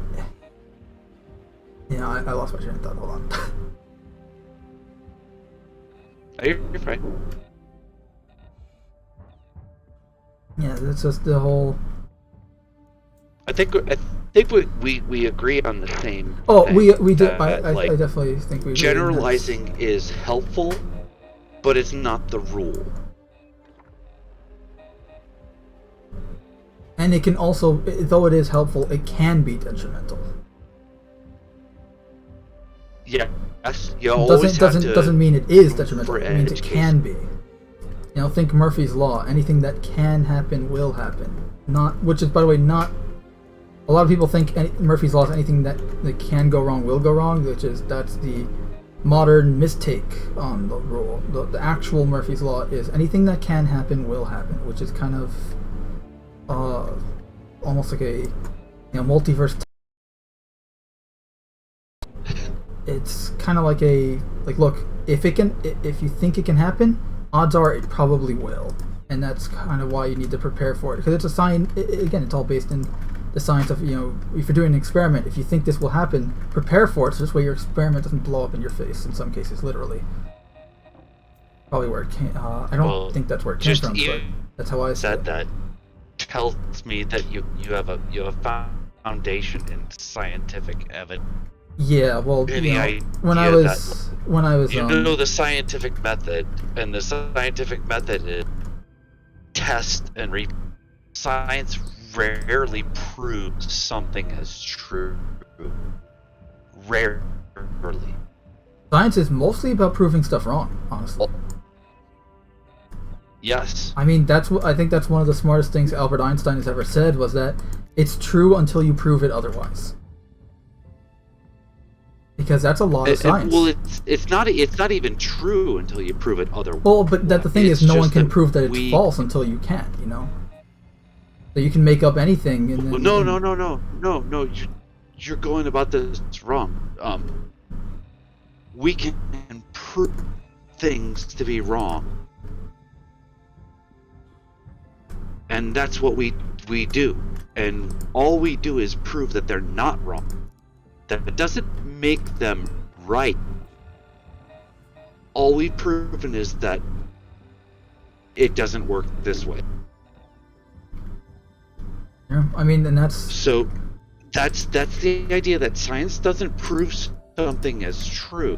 It's just like we've tried all the other ways, and all we found is that the other ways are wrong.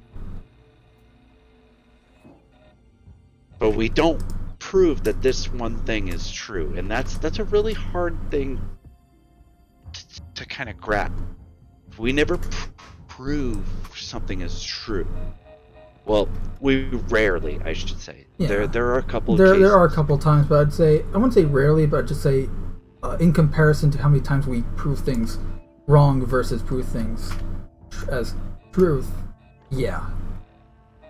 Like the ratio is definitely... You have to think about it from the terms of, like, okay,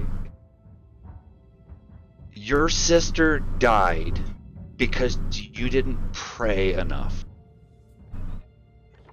And I can't prove that you didn't pray. I can't, like, that's not a provable thing.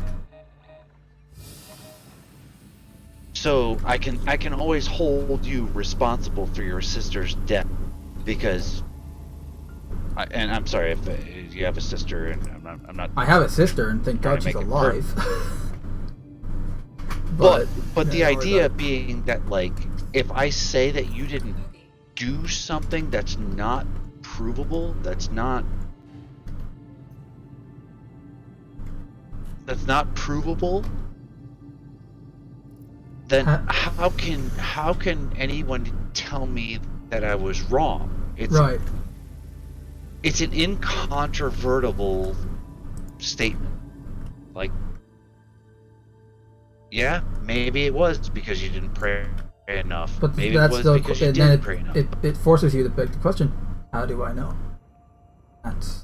It's not provable. Exactly. It's like, your sister died because you didn't bring her enough water?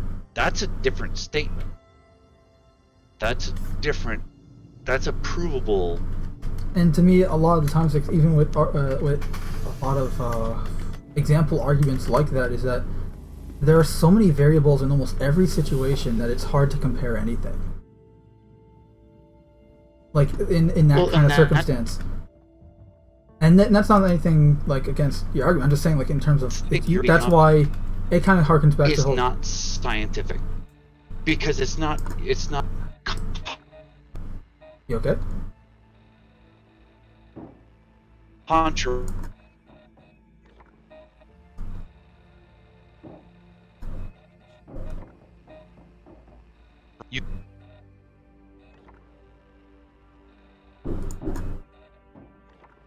And that's why I say, like, the scientific method, and I recognize that you appreciate and you accept that, which I think you should. Yeah. I think it's a good thing. I mean, I have to, especially since... It has to be testable, and it has to be, and like we were saying, the scientific method rarely proves something to be true, but we've tried everything else, and we found all these other ways that don't work. So we can eliminate those. and somebody says, if you do it this way, this is the results I get. And if everybody else says, you know what, I did it the same way. I did it the same way. It doesn't prove that it's true. It just proves that, like, yep, I did it the same way and I got the same. I did it a different way and it didn't work. So all we can say is that in this idea of delving for truth, all we can say is that the other way doesn't. And this way, it works every time, but we're not eliminating the possibility that maybe sometime it won't work. But we say, given these constraints, and this is the way you're trying to do it, and if I can reproduce the same results, then all I can say is I got the same results. It's very difficult to say this is the truth. All you can say is I got the same results.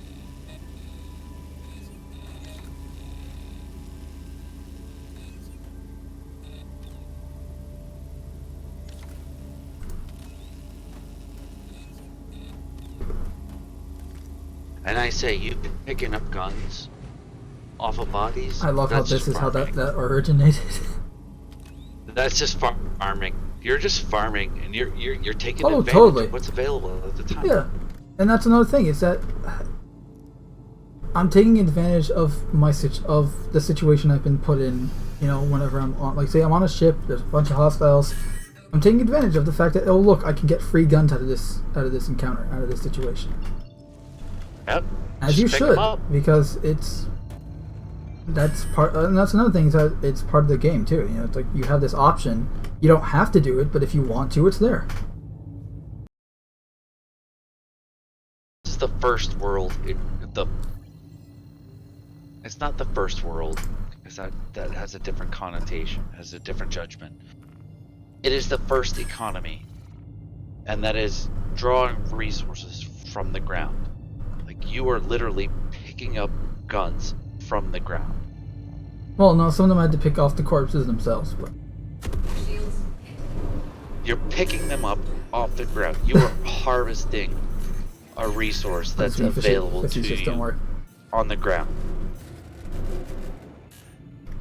Yeah. And when you think about your life and what you want to do with your life, land ownership is that thing.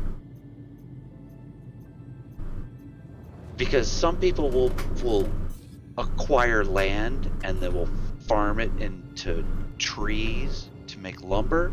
Some people will acquire land and mine it for gold or diamonds or whatever, aluminum. But you have to possess that land. That's the first stage economy. Either grow food or harvest resources from it. And then we can get into some deeper discussions about who actually owns the land. But for now, and that'll be something in Star Citizen, at least, when you have actual land ownership being a thing.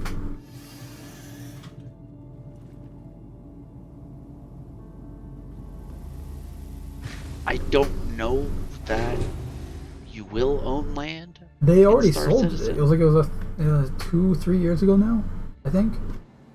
They were actually selling land like they were selling ships. Yes, they were selling plots. They were selling a marker that you could put down and claim land, right? On that boat, we've got a shipment. I don't know that you're ever really gonna own land, because you don't own land in the real world. No. You never own it. If you stop paying taxes on that land, the government will come and take your land. The government owns your land. that's like I said, that's like a deeper. I want you to get comfortable with this idea of like, all right, if I own the land and I produce, well, dude, I don't own any tomatoes land. on this At least if land, you're talking in real life. then this is mine, and I'm growing tomatoes on this land, and I'm going to sell those tomatoes, and I own that, but you don't really own it. It's not so much you own it; you own it for as long as you can. No, you never really own it. That's the thing. Like, if you stop paying taxes, what? Well, I don't know how owning farmland would work actually, just because I mean, look, the only land I quote unquote own is nothing because I live in an apartment building in New York City. Yeah. Like I rent. And I don't own the apartment. Like, I rent. So I don't own anything. So you don't own anything. You don't even own. Yeah, your landlord owns the apartment building that you live in, but he doesn't even own that. Like, if he doesn't pay his taxes on it, or if he doesn't pay the government, then they will take that land away from him. So, do you really own it?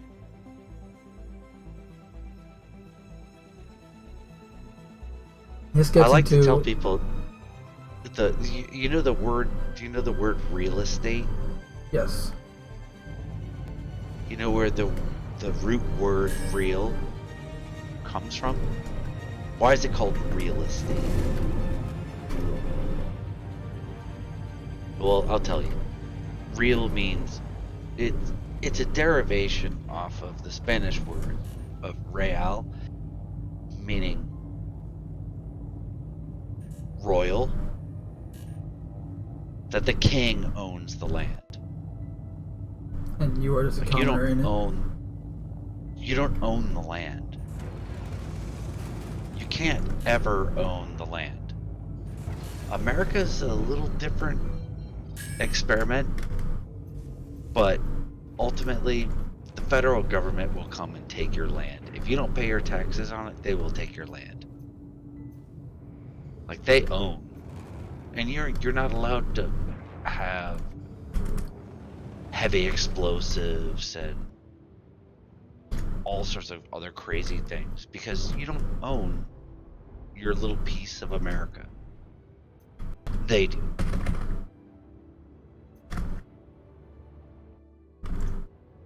But like I said, I'm going down a rabbit hole. Yes, you are, but you know what? I don't care. I'm a fan of these kind of discussions, so don't worry about it. No, you're right. And also, like, you can, even just to use like a pop culture type scenario here, like, DVDs.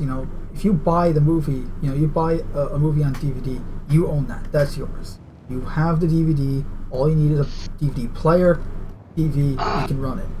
Now, if you have a streaming service, don't know that you do.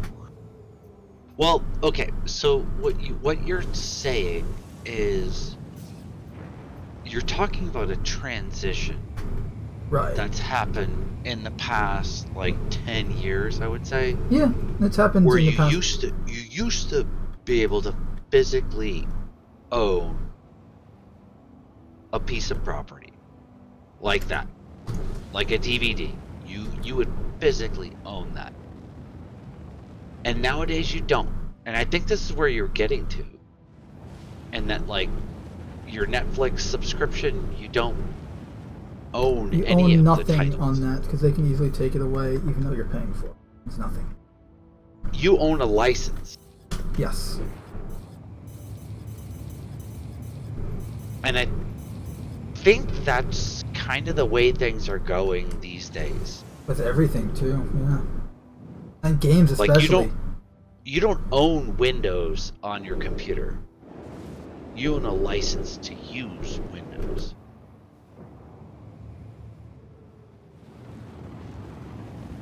Like, and that's... I work in IT, so I had to tell people this all the time. Like, You don't own the software. You used to, but you don't own it anymore. I'd say what would you say? Would Windows 7 have been the last software that you actually physically owned? Maybe Windows 8, but well, right, yeah. Windows well, I don't 7, include Windows 8. And I know because it Windows sucks. XP was a big contention. It was a big fight. But yeah. So I would say Windows 7, Windows 8 are probably those that might have been that transition.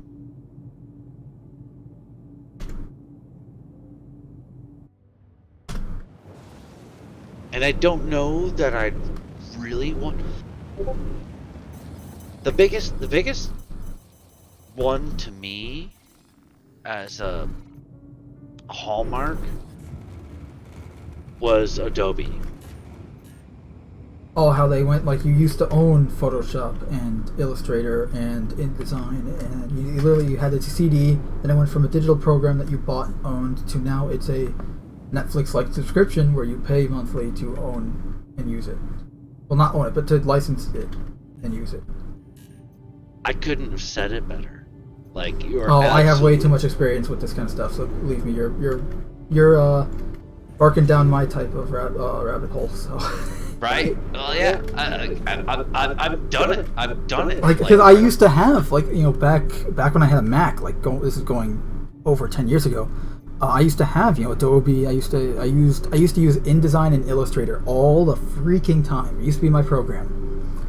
But now I don't. You know, when I moved to PC, you know, I don't, because now you have to pay for it on a monthly thing. I'm like, I can't afford this. And so what I did is I went to a program I still could just buy and own. I got CorelDRAW X8. You know, I bought the physical DVD, downloaded it. I now have it on my computer. You know, I can copy the program. It's mine. I own this program. Oh, not really.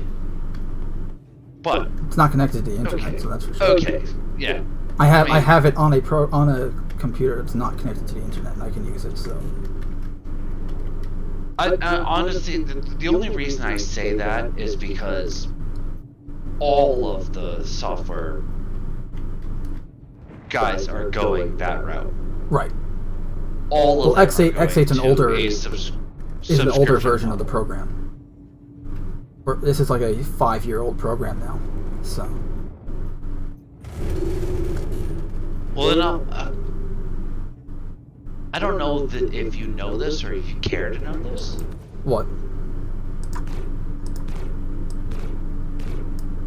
So, people would bitch.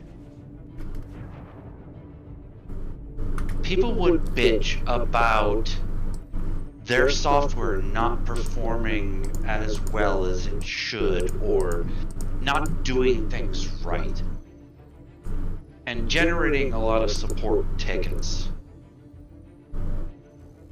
And it turned out that they were using older versions of the software.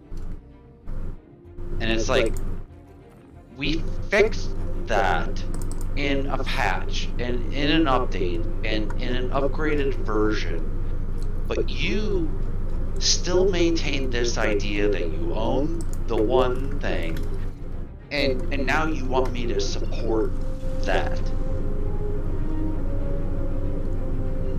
I think that's probably the biggest onus that was put onto the software manufacturers, to be like, no, stop this, buy it, own it forever kind of thing, and we're gonna support it, because it's costing us too much effort to maintaining old versions. Right, well, that's the thing. A lot of these corporations, we want people to upgrade, but people don't want to upgrade because they say, you know, like Windows 7. I prefer that over 10. It worked better. It had a better UI, in my opinion. And I just, yeah. And you want me to support it? Like, you want me to keep Windows 7 alive? Like we're on Windows 10. We've gone through 8 and 8.1 and now 10. and you still won't throw any extra money at this, and yet you want me to maintain this? And honestly, Like, yeah, when- I can understand why they wouldn't want to.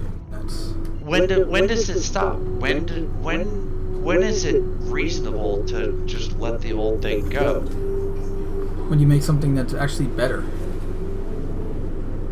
Well, the thing is, and what they've done, and where the world is going, is that, like, no, you're gonna get a license, and you're gonna get all the latest updates, you're gonna get all the latest feature packs, you're gonna get all that. We're Yeah, gonna but it keep you becomes to up the point date. where you no longer own the stuff that you think you own. You know, like to the point where everything on, well, I won't say everything on your computer, but pretty much the majority of the stuff on your computer, your software, everything, you don't own that anymore. You're just licensing it, and I don't like that direction because you're taking away the customer.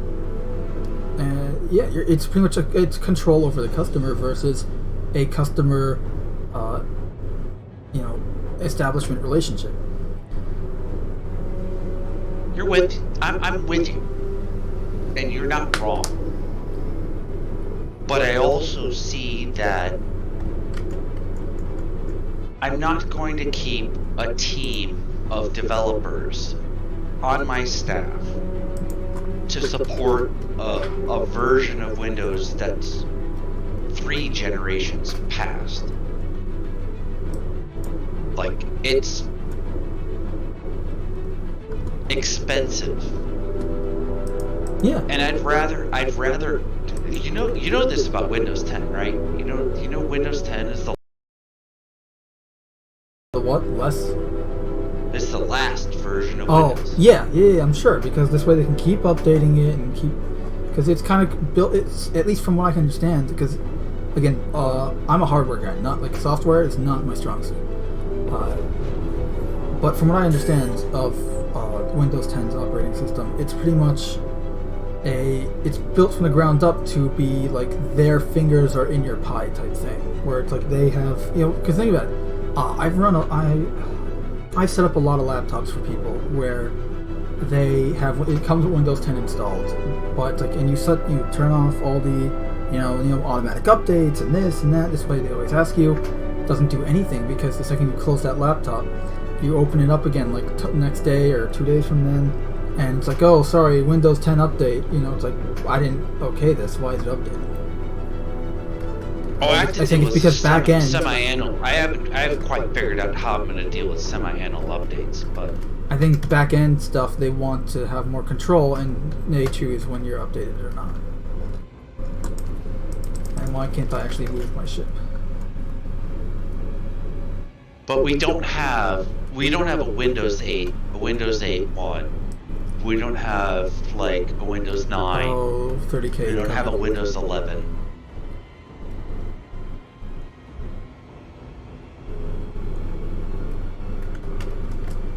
Because it's like you're licensed for Windows 10,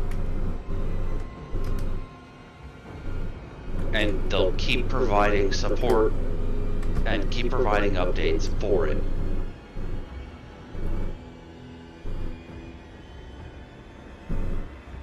I just want to say, hey, MegaJetty1 in chat. Good to see you. And don't worry about live streaming this, dude. I have a channel on YouTube called Cast in the Shadows where I literally like talk all day about this kind of stuff, about how it's a weekly podcast I do there. Same name. Every Saturday night, one of the episodes we titled Dystopia Now because we're talking exactly about this type of stuff where it's like how we have Orwellian censorship today in almost everything. Almost everything. So you know the Mac model, right? The Mac? Yeah, the Macintosh. Yeah. The Apple computer. Yeah, the last one I had was a PowerBook G4, but yeah. Right, and they controlled everything. You didn't get a choice. No, and it's still that way. That's why I moved to PC, because as much as I prefer the Mac, the Linux-based operating system there, I didn't have enough control over how everything there, and that's not my style. And there's that 30K. So what I'm seeing in the software world these days is don't call my software bad because you haven't updated everything else.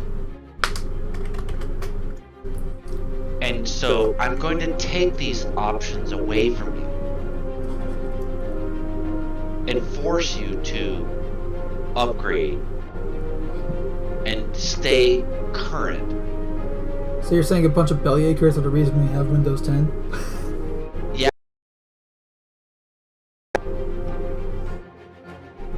I can see it. That's the Mac model. The Mac model is you don't get a choice. Like, you get whatever Mac. Yeah, and Mac is very, like, here thing, Windows, like, if you, for instance, Windows 7, I was still able to run a bunch of programs, because I only upgraded, like, last year to Windows 10. Yeah, Okay. Windows 7, like, you know, a lot of, I upgraded because, the only reason I upgraded in the first place was because I wanted to run certain games that can only run on Windows 10. And, a lot of games, and I wanted to make sure that some of the programs I have would still run on Windows 10. And thankfully they do. But a lot of the programs, like all the programs that I use for work and everything, they still run on Windows 7. I mean, they were old when Windows 7 came out, so most of them anyways. You like retro gaming then? Yeah, but wasn't most of the programs I was using for work stuff. Was more like art programs and stuff like that. Stuff that you had already licensed that didn't have a subscription model Right. that we're gonna get caught up. I know It was stuff that I, had bought and owned a physical copy of. Like, they couldn't do anything about it. I had the physical copy. Like. Right, and that's it. That's just it. Like, if you're using an old version of Photoshop and you bitch and moan about how Well, it's I'm not using, but yeah, right? I wouldn't bitch and moan because I know I'm using. I know, But that's I just know, me. I know. But yeah. But some people do, and they're like, "Well, I bought this thing and I own it, and it's supposed to work forever." And they're like, "Well, it's not going to work forever because internet Because it won't be standards compatible have with your changed." OS, and yeah. Like, it's like things are different, like, and people are bitching about it, and it's like eventually they say, "You know what? Get a subscription and get our updates because we fixed that 3 patches ago." And you want to sit here and bitch at me because you're trying to run something that's like old?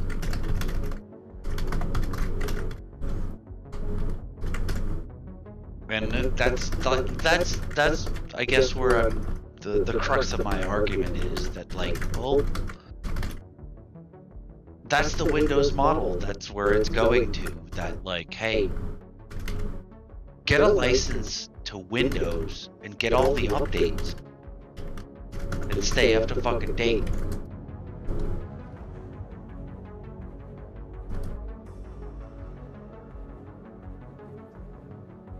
I don't know if it's a better solution, but I know it's the solution that they've chosen. I don't think it's better, but You gotta get a subscription to Adobe Creative Suite in order to get Photoshop. yeah. I know the old days where you could download Photoshop from Korea or wherever and throw a key generator at it and have it. But like you said, like, people belly aching about it, it's not doing what I want. It's like, we don't have a fucking license copy to begin with. Like, what? Now you're a fucking turd. You also got to realize a lot of people, like, because a close friend of mine is also, he works in IT, and he's telling me how he has to deal with a bunch of morons. Like, they're completely, like, arrogantly ignorant about how computers work. Like, even basic stuff. And yes, and that's the thing, is a lot of people are that way, and I don't want to say, like, oh, it's your fault, you should have known. But, I mean, we're living in a digital, like, what a lot of people, I've heard people call this the digital revolution, if that's the age we're living in, then you should kind of at least put some effort into trying to get to know how your machine works. I deal with it every day. I'm sure you do. I deal with the same type of morons. Not Somebody the got exact an same, email and they said, "Oh, I didn't open this. I didn't do this, but I just want you to know." And it was like, "Yeah, save to delete. Just go ahead and delete that email. You don't recognize the sender." But yeah. Yeah, and that's the thing. Like I've dealt with morons in that type of regard when I'm helping them with basic stuff on like the computer building. Like I tell people like build computers. Because that's the thing, like I don't, OS is not my, like operating systems and software is not my strong suit, but I have extremely basic knowledge on it because I need to in order to build a computer. I need to know what's compatible with what. And sometimes you deal with people thinking like, oh, I want the newest thing, like you know that's going to cost like $500, and then you have the motherboard, and then you have this, and then it's like they... Yeah. No, you're getting there. Like, honestly, just learn the operating system. I would tell you, the best skill that I could tell you to learn is PowerShell. Learn PowerShell.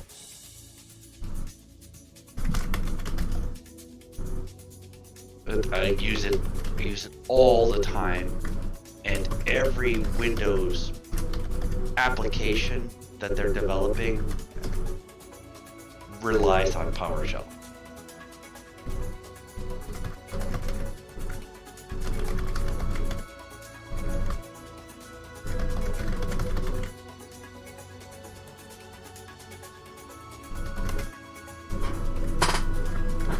If you want to get into this field, like if you want to get into this. No, I'm definitely going to at least learn it because I'm always looking for new knowledge. Even if it's redundant, there's always some kind of use for it. PowerShell is PowerShell. PowerShells, yeah, I know someone that has one. It is the skill to learn. I'm not lying. I'm telling you, and it's command line. But every graphical user interface that's in Windows, you can do that with a PowerShell command. Not to say that you will, but there are things that can only be done in PowerShell that they haven't made a graphical user interface for. And PowerShell that's the way you're going to talk to Windows in the future.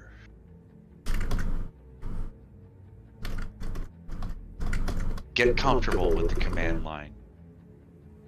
It's super easy, and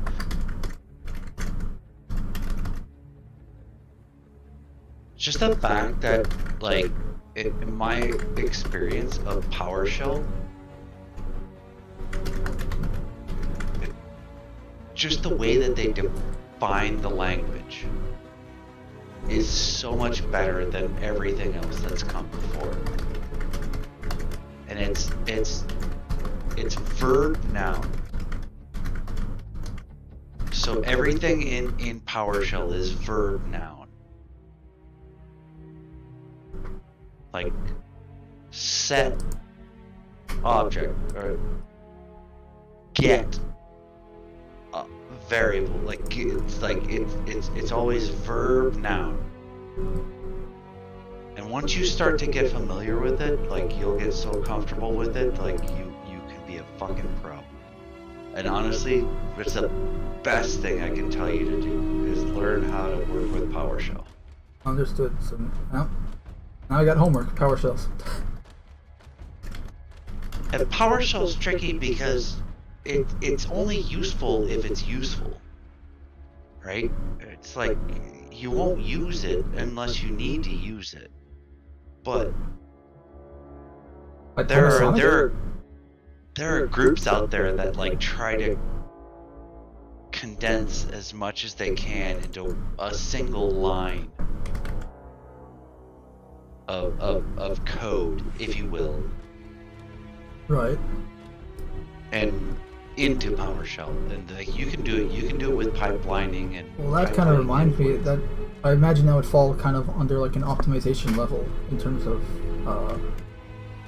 software, right? Yeah. And that's something that's another thing that bugs the hell out of me these days is that optimization, at least with these mega corporations that can afford and more than have the ability to do so, do not optimize a lot of their stuff because it's again it's that effort and cost that they don't want, that they don't think they need to do, especially with a lot of I just want to put the skids on you for Star Citizen. Okay. No, I'm not talking about Star Citizen. Okay. I'm talking about corporations that can. It's an edge case. Like no. I'm talking more about like say Activision Blizzard with the recent Call of Duty where it's like 180 gigs or something like that. And it's like, you look, I get it. You know, modern day games are bigger than the games that that we grew up with, but why? They're pushing computer sales at that point. What was that? I said they're pushing computer sales. Yeah, I mean 180 gigs. That's I have at the moment I have a 500 gig SSD. You know, that's already a lot to ask of someone. Because not everyone's and that's with the like you're gonna put a game like that on, especially on a hard drive. That's gonna be slow and whatever. That's totally not cool. Because not everyone's gonna have that memory, and then again, you have the console guys, right? Like consoles. That's what a lot of these people are going to be playing this on. Consoles are different. Well, nowadays a lot of them come with. Yeah, it's very different, but again, they still have storage space that you have to account for, and that's some of the terabyte games, or terabyte hard drives. I think at most, and. Even still, that's in the old days, like developers had to optimize their code, and they had to make it succinct, but now they don't have to do that. And I hate that they don't do it honestly, because they can. The manufacturers of the computers don't care. I'm sure they don't. I struggle with 8 gigabytes of RAM. As a business class computer, that's to check your email, that's to open Word and Excel, and is even 8 gigabytes enough? Like I think that I have to start pushing my clients to like 12 or 16 gigabytes of RAM just to run the applications. A lot of things, especially because I don't know how Windows wants 4 off the top. Yeah, Windows 10 especially takes a lot of RAM, and there's nothing you can really do about that. At least not in my experience. You start running Chrome on it, and I watch my Chrome browser on my own personal computers, and it's chomping into like 2, 3, 4 gigabytes of RAM. Really? A fucking web browser. Yikes. And then imagine using because I know of a few web browsers programs like that. You run them like almost like Discord, but the web client version. But I know a few of those types of programs that you use through a web browser that are really resource intensive. Imagine running that on Windows and you don't have enough RAM. That's gonna slow everything down. I'm struggling just to get people to get away from hard disk drives and having to explain the mechanical drive versus a solid state drive.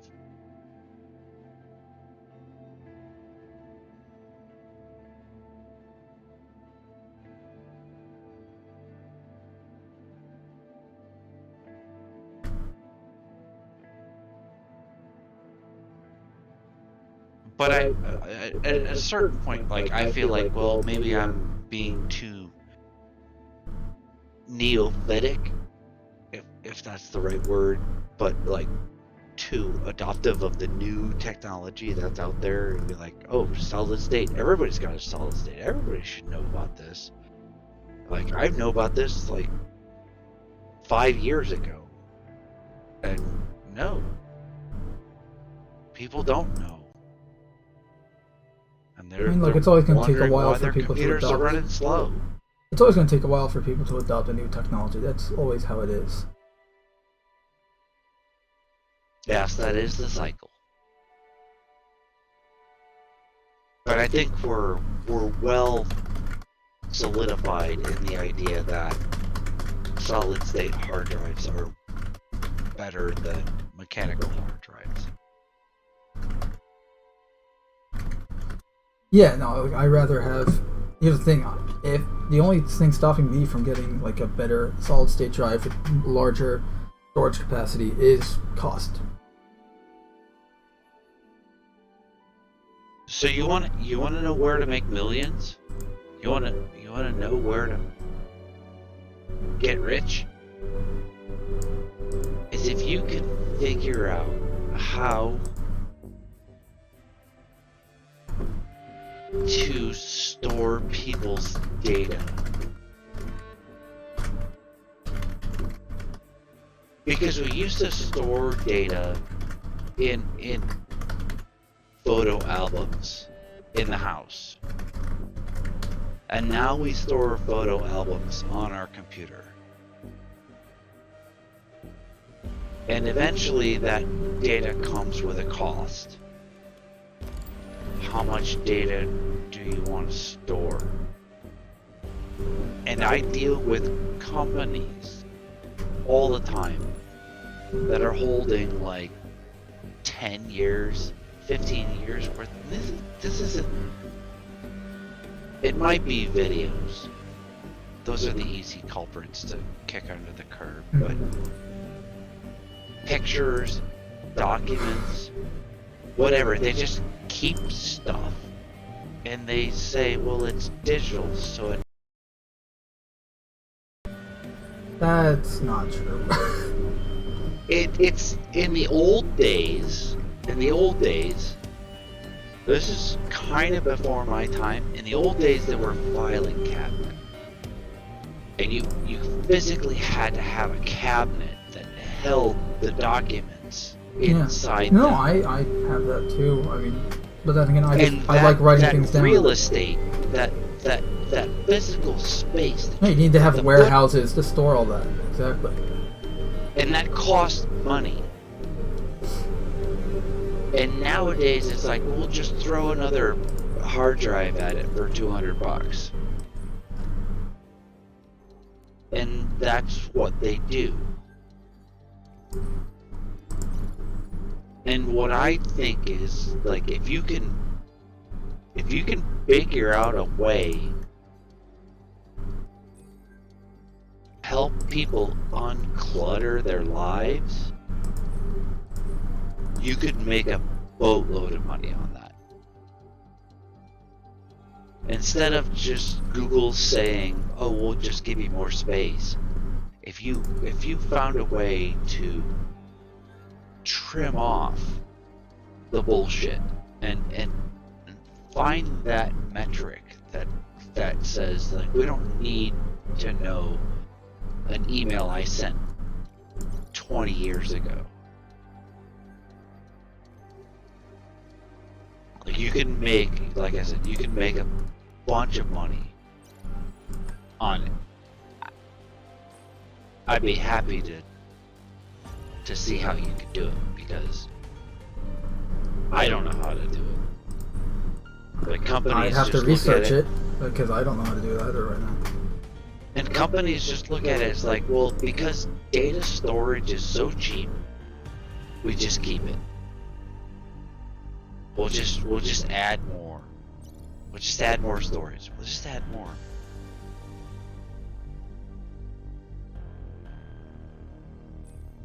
And I don't, like I said.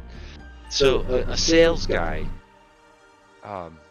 So I don't know how often you've dealt with salespeople in your life. A salesperson is golden. Like, they can bring in millions for your company. And if you want that guy to go back through and look at all the old data and decide what should be kept, should not be kept.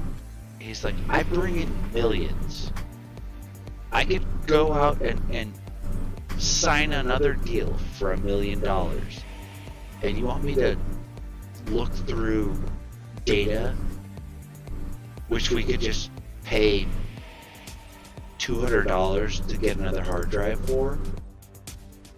Like, does that value equation work out? And he was right. He's right. It's like, no, I wouldn't tie up your $1 million an hour time to go through this data and pick the things. And we're talking about a couple hundred megabytes, maybe a couple gigabytes, when I could just buy another hard drive.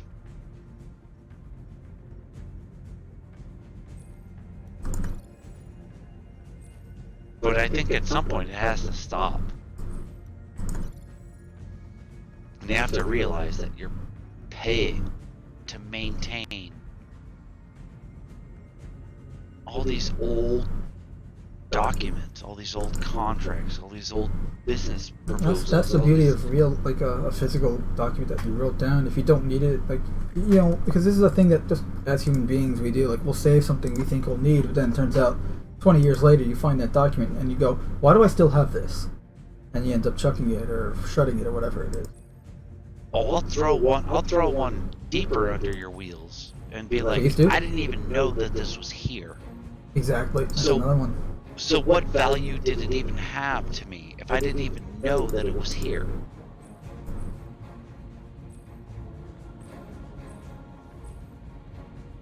But yet we're keeping it. We're hanging on to it.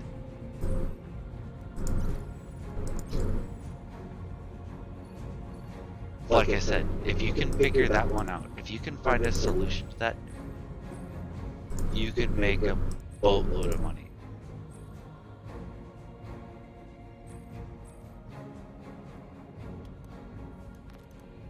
I'm about to see if Star Marine still works.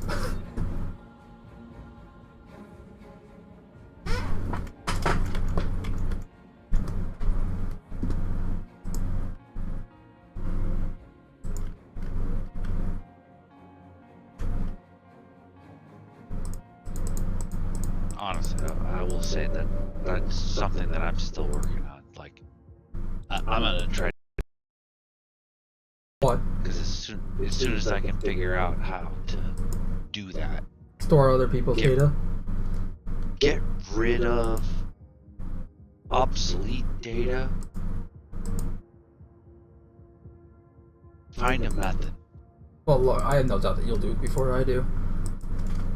Oh no, I don't. I do not agree with that statement at all. Why is that? Because I haven't found it yet, and it's a very difficult topic. You're asking your grandmother to clear out her attic of the things that she didn't even know were in her attic. Like, to ask somebody to get rid of something that they don't even know that they have.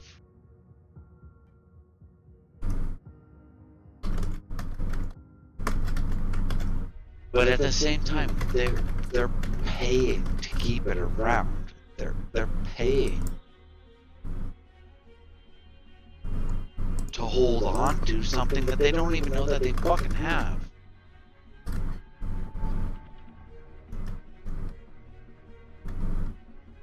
I don't know. I guess I guess I've run into like the.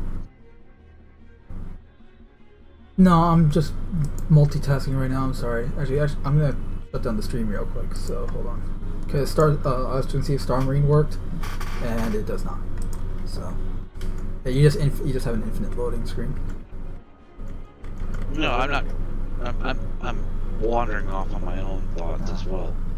That's alright. I'm just gonna mute myself real quick. Alright, so I hope you guys enjoyed that little end discussion here, and this will end Mission Monday for tonight. Everyone, everyone that was in the chat and tuning in, thank you so much, because every time you do, we're just a little bit closer to getting monetized here on Twitch. And everyone who's watching this later on YouTube on the replay on my personal channel, thank you so much, because it really helps out there as well. And yeah, I'll be live streaming the XenoThreat event tomorrow on YouTube over on Cast and Shadows. If you're watching this on YouTube, link in the description below. And yeah, also, I think that's going to be it for now. So I'm just going to let some Star Citizen music continue to play and have it blare a bit more. And until next time, this has been... also, you know, if you're watching this on YouTube, subscribe if you haven't. If you have, make sure you're still subscribed. Give the video a like if you enjoyed, and if you didn't, give the video, give it a thumbs down. Tell me why you didn't like it in the comments, and because, yeah, it needs feedback to improve. And also, as I said, if you need artwork done, you know, a logo, poster, whatever it is, banner, something, please hit me up on Discord or email. Yeah, because I do artwork. So until next time, it's been Mando, Merc, and remember to treat others how you want to be treated.